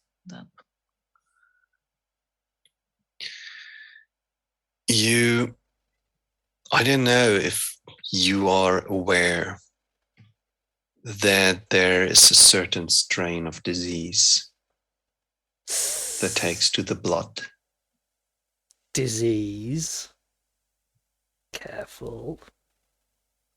I was told that a coven of blood witches tried to run over the very cathedral we are on top of right now. And it was guarded by a small company of hounds. One of them is the bearer of the fury. How long ago is this story?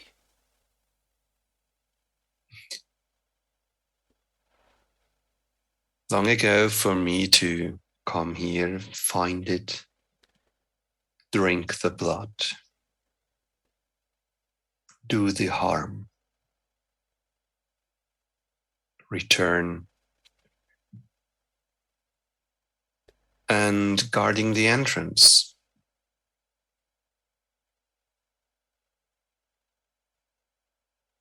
Why? Because I learned much from my experience. And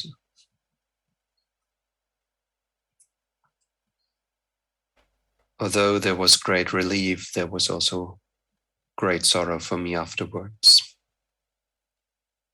So if you want to walk this path, I'm here to warn you, to tell you that your actions might have consequences for you and those who you love, so you can make an informed decision. And you're telling us this is the only way out of here? Well, it is a way out of here.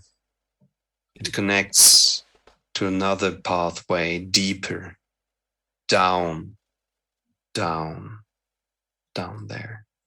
This passes. But you can still return the way you came. Does it lead to the Cliffs of Solitude? The Cliffs of Solitude. This is a strange location to strive for. We have I sort Yes. of tap the box I'm sat on.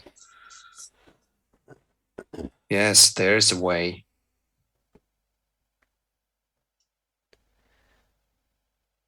If we follow this path,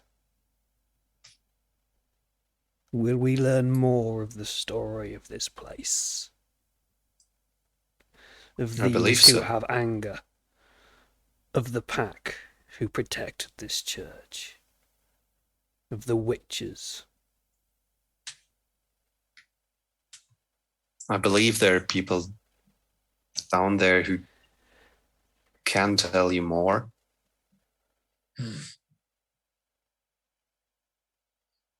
I want to find these people. We will go this way.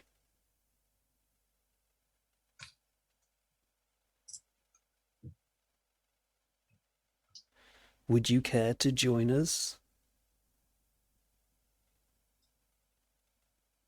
I? No, I won't. I won't leave this. Maybe a sensible choice. Can you please repeat? Maybe a sensible choice.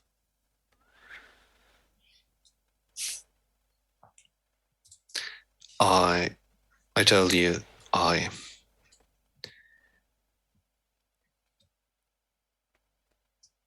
the regrets I have are larger than the pride I take from what I did. I can't speak for you. The journey that we go on, we all have our own reasons. Maybe you could follow with us and deal with some of the issues. That you're We causing. can learn the story. We can learn the stories. We can resolve mistakes that have been made. I fear if you can't bring those back who are dead, nothing can be resolved for me.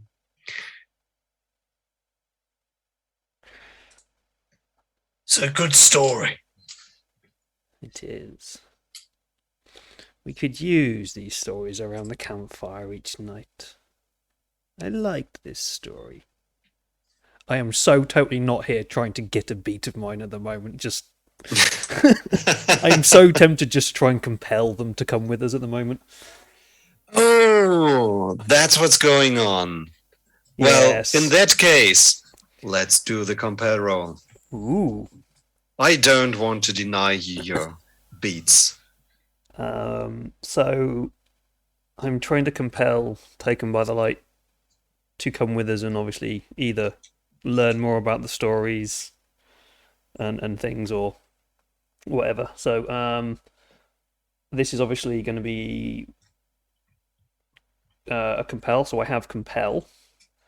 Can I have a bonus because I'm trying to do the beat thing? No, but maybe there's somebody who's also eager to get this person on board. And Also, what's the domain? What domain are we in? We are in Haven on Occult. Cool, that gives me an extra dice anyway. So does somebody want to try and help convince me to bring this person with us? Yes. So what are you saying or doing? I've listened to their story very closely, and I've heard that they are a bit like me. They did something they shouldn't have done, and maybe it would help them to atone for it. So I tell them about the bees, about being part of the swarm, about being part of a great conscience that subsumes all of your previous deeds,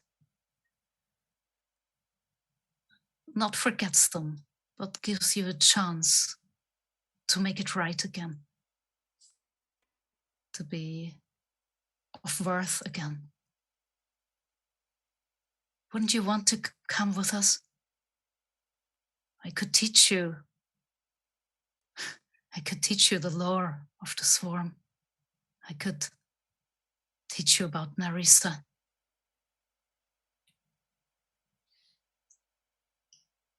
And with this double hook, we will see if we can fish some people.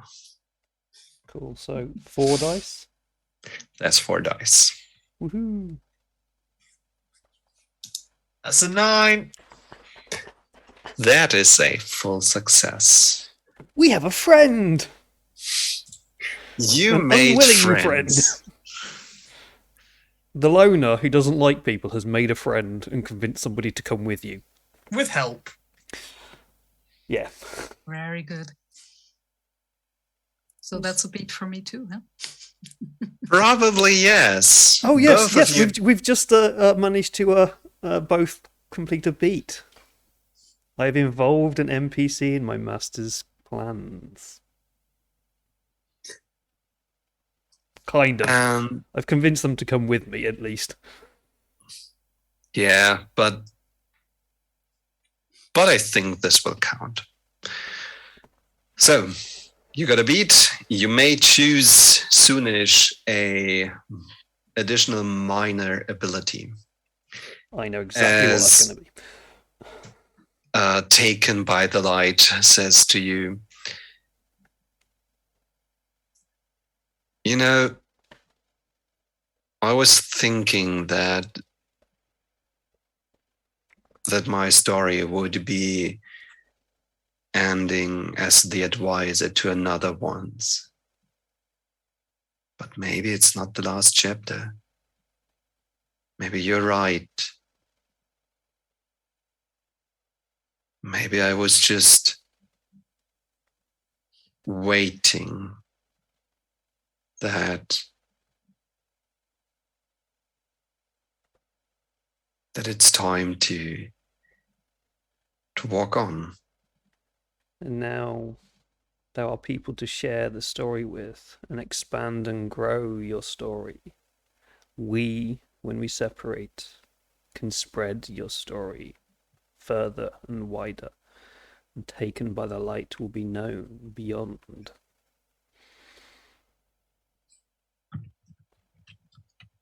Yeah. And you will find a new purpose for your life. If you listen closely to what Narissa has to say to you, you won't be alone anymore.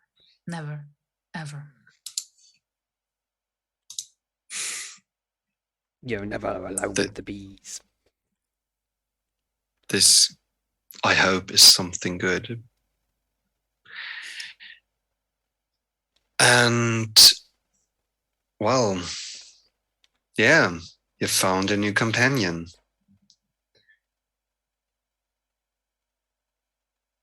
I can't believe that actually worked. And yeah, maybe our listeners may learn something about flower as well. Flavor, not flower. Oh, I was about to say, who's Flower? Flower! I'm sorry. Well, Flavor had a flower? Is that where you were going in that, maybe? Yeah, I had a flower. Well, specifically, Xeris has the flower.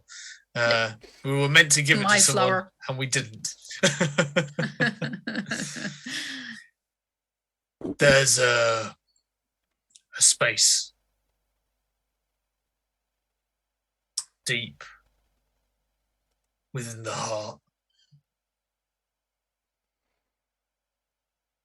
through aortic chambers that have never been tread. This is the place that Chaser calls home. It is the place that all cleavers are drawn to, deep into the red, away from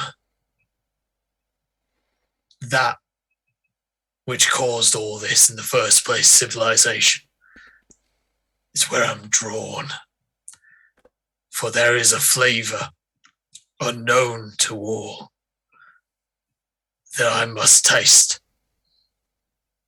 and in doing so, slay Chaser, that great and terrible beast.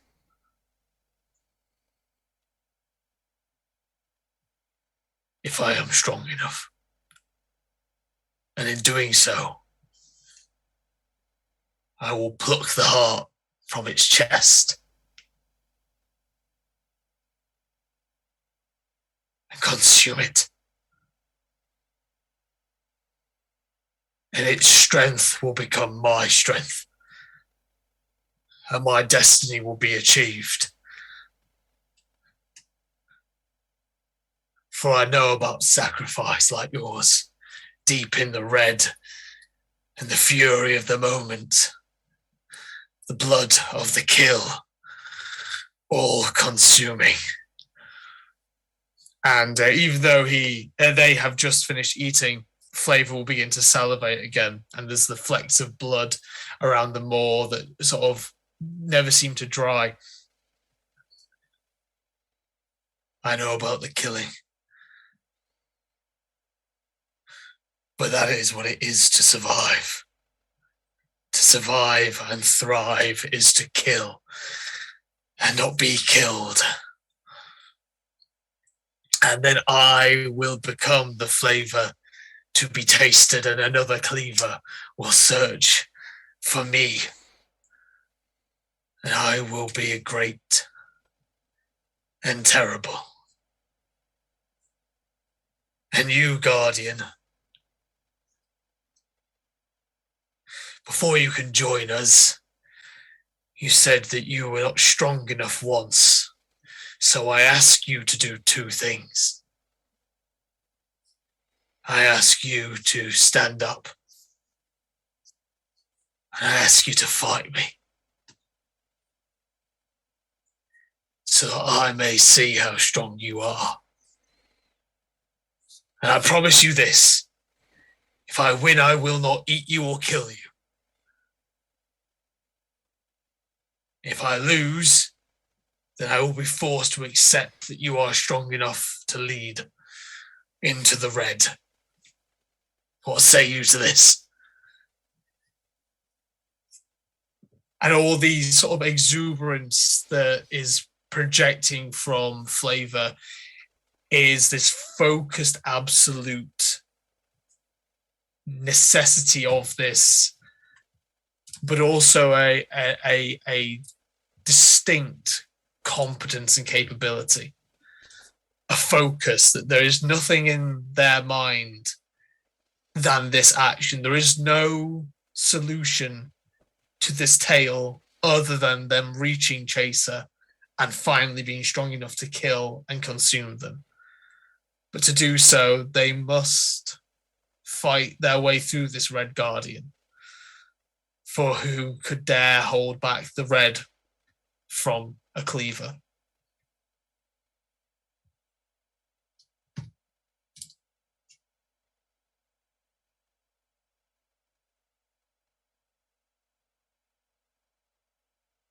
The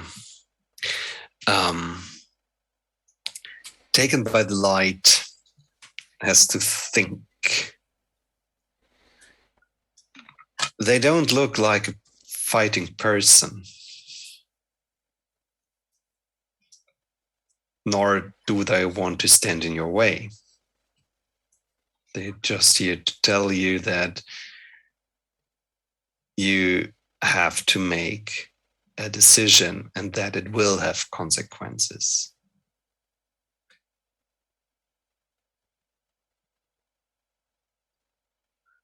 Good ones do. But still,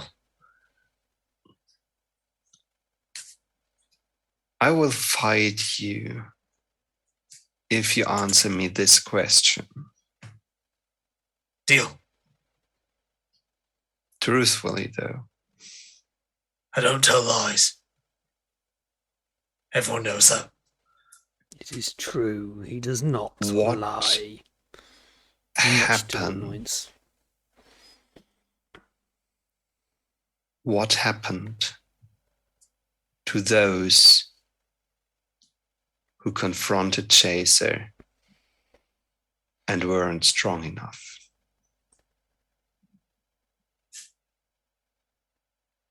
They died. All bar one. I point at the scars, which as I move, you can see are a great maw that should, in theory, have taken Flavor's arm and much of their chest off. I am the only one that is being tasted by Chaser.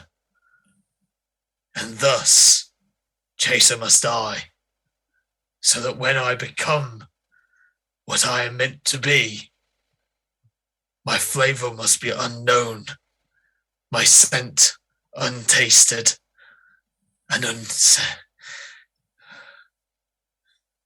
but all who are weak are consumed by Chaser. For Chaser is always but one step behind its prey.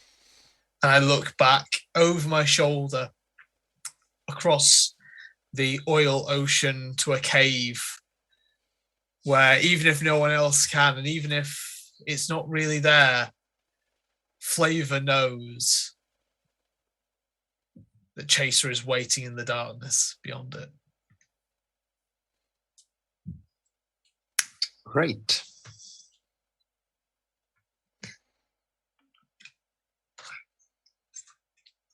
And, well,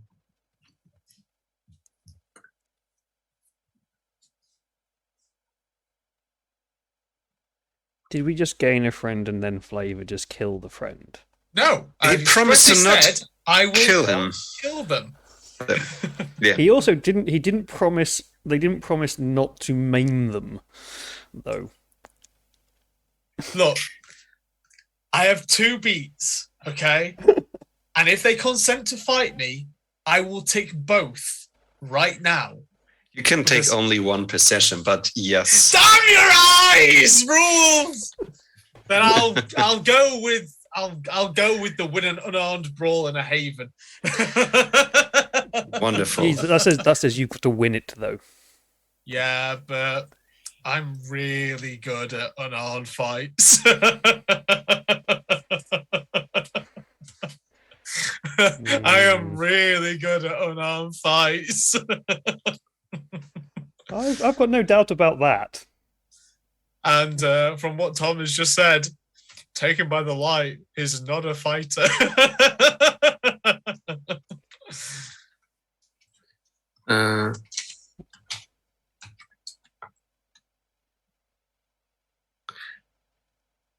I shouldn't read the chat white storytelling and start second guessing my own decisions. Go with what you've said, Tom. Ignore Ben. Yeah. But he might be right. He might be right, but you've said one thing, so just keep going with it. Yeah. Okay.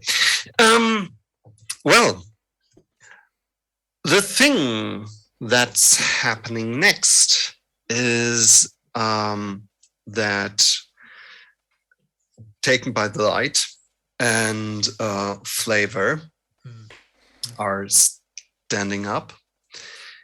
And, well, to perform the duel, Taken by the Light takes off their jacket. And although the upper part of the torso is hidden by bandages, Ceres can see that there are some dark lines on the lower part of the back, lines that connect to a tattoo. And the part that you can see have a strange hexagonal outline. And there is once again this notion from this one drone that found something on the fringes of the island, foreign territory. That's blitzing back into your mind. Well, And I stand up and come closer to taken by the light. I hope it's not inappropriate to ask you what kind of tattoo that is. And I point at their back.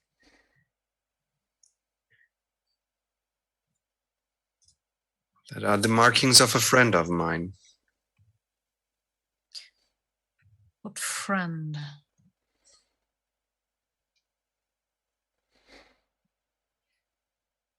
Someone who paid the price for being close to me.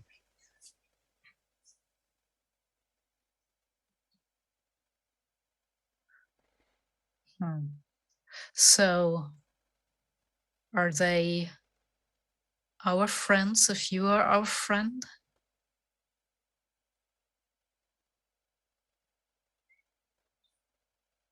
I hope so. I don't know. If we're going to venture through their territory, we must have a guarantee. I perceive they are dangerous.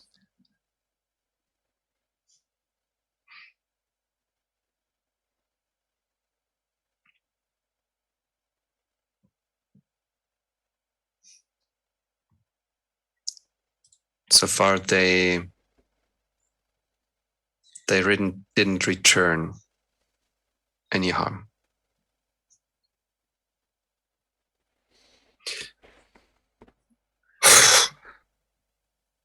Great. Let's beat up the cleaver. The moment they say that, the cleaver is literally charging at them. Just as you charge, Mitrada reaches out and plucks a single hair from your body.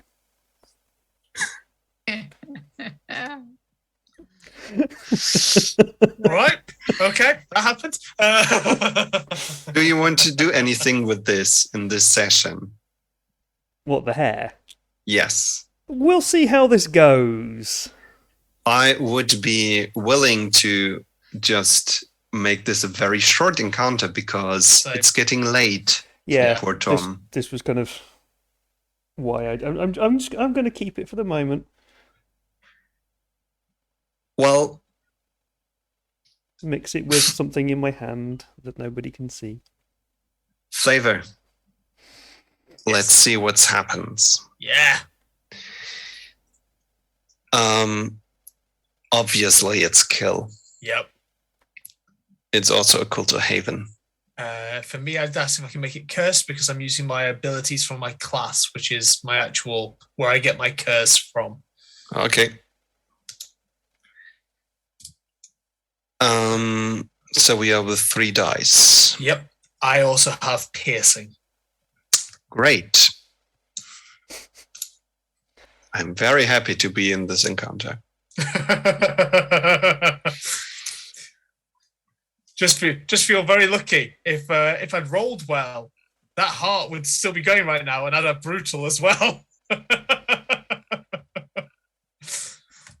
Why would you want to kill this person? I don't want to kill this person, but they have to prove that they're strong enough to me that I don't have to kill this person. You cannot reduce stress inflicted by this equipment by using blood protection. Okay. Great. So roll your dice. Okie dokie. Dice gods, I don't ask for much often, but I'd really appreciate a 10 right now. Oh my freaking god! Oh wow! Oh well, they've definitely proven their point to you. 2. And what are the other 2 dice? Just so Pair of everybody's ones. aware.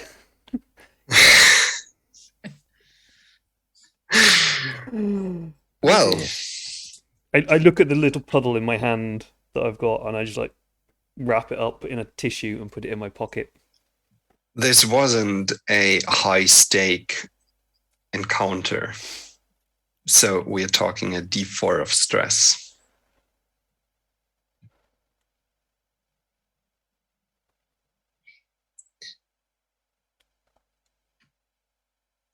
Two reduced to 1. They aren't hurting you. That's nothing they would do. It's probably mind. Probably yes. Anger at failure. Yeah. Yeah.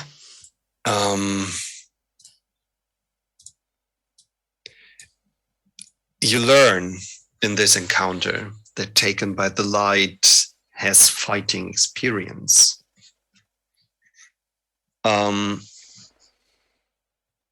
They probably killed some people, but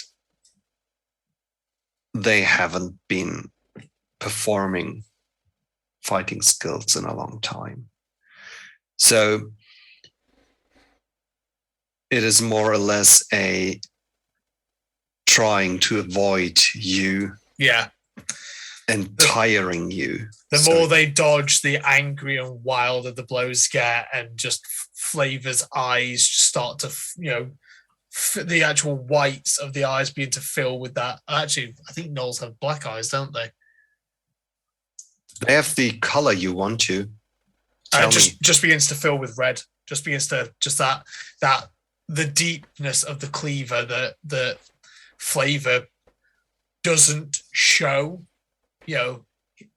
They are friendly, they are accommodating, they are polite and nice, but as the fighting unfolds and the blows are getting dodged and Flavor is getting more and more and more, there's less and less of the cordial puppy vibe that Flavor has been this entire time, helping, friendly, kind, loving, and more of that thing beneath that sits beneath that surface, that control that Flavor shows, and it's just coming up and up and up and up.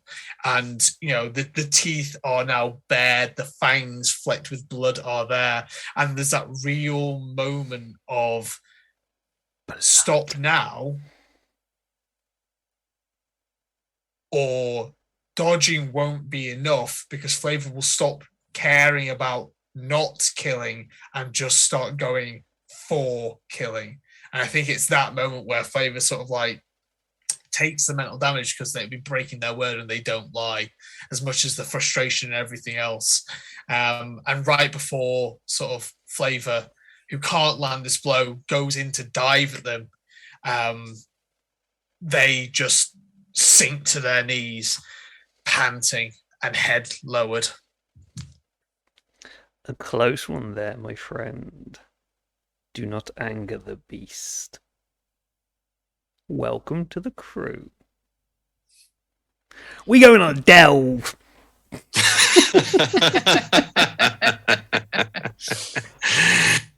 I walk over to Flavor as this happens and just stroke the back of Flavor's head, going, it would not have come to anything. As I put that wrapped up package into my pocket and look knowingly at Taken by the Light.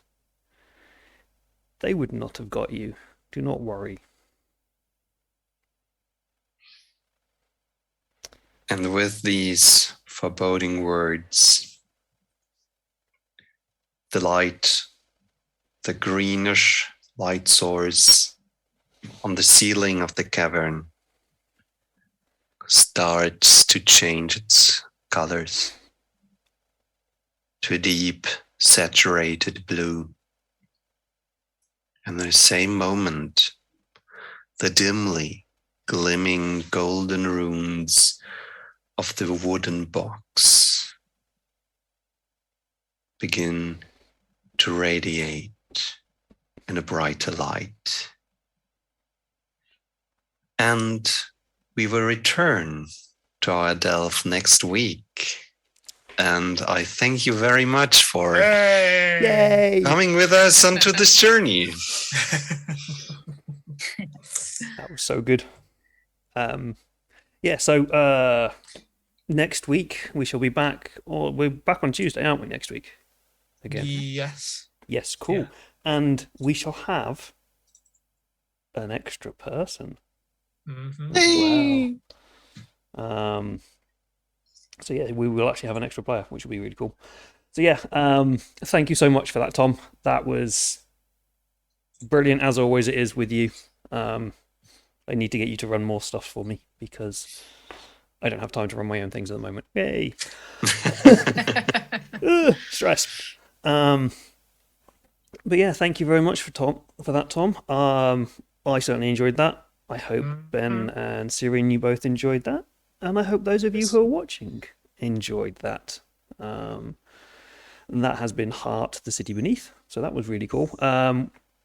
We have also been promoting Roll for Ukraine, which is a charity run by the guys from Mondo Cane Publishings, as they are trying to raise money for a charity, I think, called Hope for Ukraine, who are sending supplies over for the people who are suffering in the war going on in Ukraine at the moment. There is a link in the chat for that. If you're watching this on YouTube as a catch-up, or in Twitch as a catch-up, I'll try and put the links into the notes so you can get them there. It will link to the Facebook page where you can find all the information about Roll for Ukraine and the work that they're trying to do there. There's also a link for the International Red Cross as well, for the Ukraine side of the International Red Cross, for any help that you want to give to them. Even if it's just £1, it all goes to a good cause. And so that's what we were doing this for. We have some more things that I'm going to promote at the end of this related to Roll for Ukraine as well. But if you all want to say who you are, where people can find you and whatnot, and then at the end I'll list all the other stuff that's going on for myself. So let's start with Sirion below me. Who are you, and where can people find you?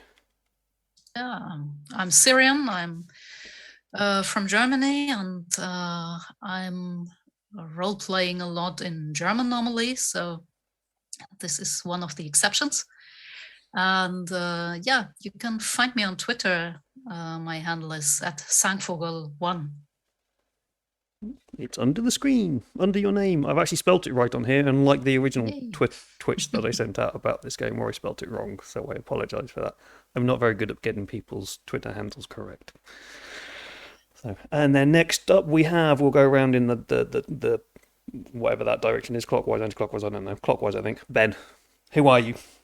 Hi everyone, I'm Ben. I am a professional games designer, writer, streamer, role player, and all those wonderful things. You can find me at my Twitter, which is underneath the thing, and on Discord, where I tend to hang out in all the cool places, talking and writing with people. Cool. And then we have the bodiless voice in the void. Who are you? And why are you here? I'm Tom. I'm here because nobody threw me out. Yet. Also, I have not enough time to run all the games I want to run. So it is March, and this is my first streamed game this year as a storyteller. So this is, I don't know, since last year this seems unreal to me. But I'm working on stuff. Like, I hope to have a few interesting stories to tell in April. I'm waiting on dates for that and details, but as soon as I have them, I'm going to share. I will be back as a storyteller next week, and I am somehow kidnapped for several games on this channel as a player. Yes, I've made him play games. Oh no, what monsters maketh we? And I'm going to show up on some online cons in the summer, which I'm very happy and excited about. So let's see what this brings. Also, I just want to send a tiny shout out towards Sirion, because if you liked her voice in this game, she's actually reading some short stories, and you can hire her for reading in German or English, which is amazing. So yeah, keep that in mind. Yeah, I'm done. Yeah, please do. Promote anything away. You know what I'm like. Okay. And then there's me, David, the one who runs this hodgepodge of a channel that occasionally does stuff. So yeah, this is the Drunken Storyteller's Twitch channel where we do a lot of RPGs.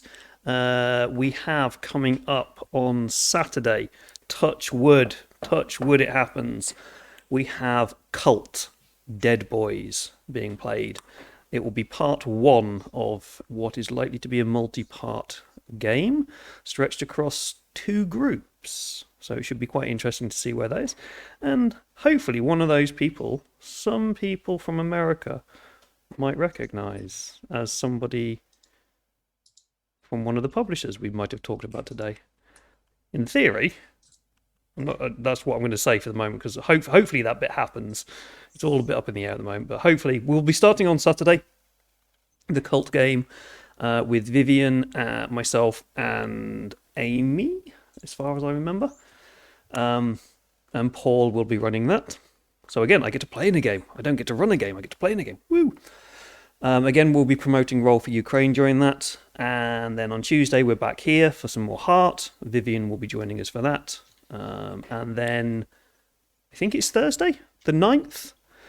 We are back to Alien, Destroyer of Worlds. Act 3 will start, where Tom gets to decide whether he wants to kill Dante, because they have a weird thing growing inside of them. The answer is yes. Yeah, we all know he's going to kill them. It's just he's really desperately trying not to at the moment. I can see the mental struggle going on within him, but we know that Tom is definitely going to be killing Dante at some point. Okay, you don't kill them, but you put them in the airlock and depressurize it and let space do the work for you. Okay, oh, they're not in space. Away from the ship. We don't have any space. No, I'm sorry. Then you're all dead. Yeah, probably. I'm surprised we've only killed one person so far. Like, only one character. Disappointing. I am disappointed. I tried to kill Fiona, but someone else had different ideas. But yeah, Destroyer of Worlds is an Emmy award-winning campaign for the Alien RPG. It's been a lot of fun. Tom is in that. Fiona from What Am I Rolling is in that. We also have Mark Norman from the Folklore podcast in there, and James at Shakeshaft from the Lawmen pod as well. It's a laugh a minute is all I will say.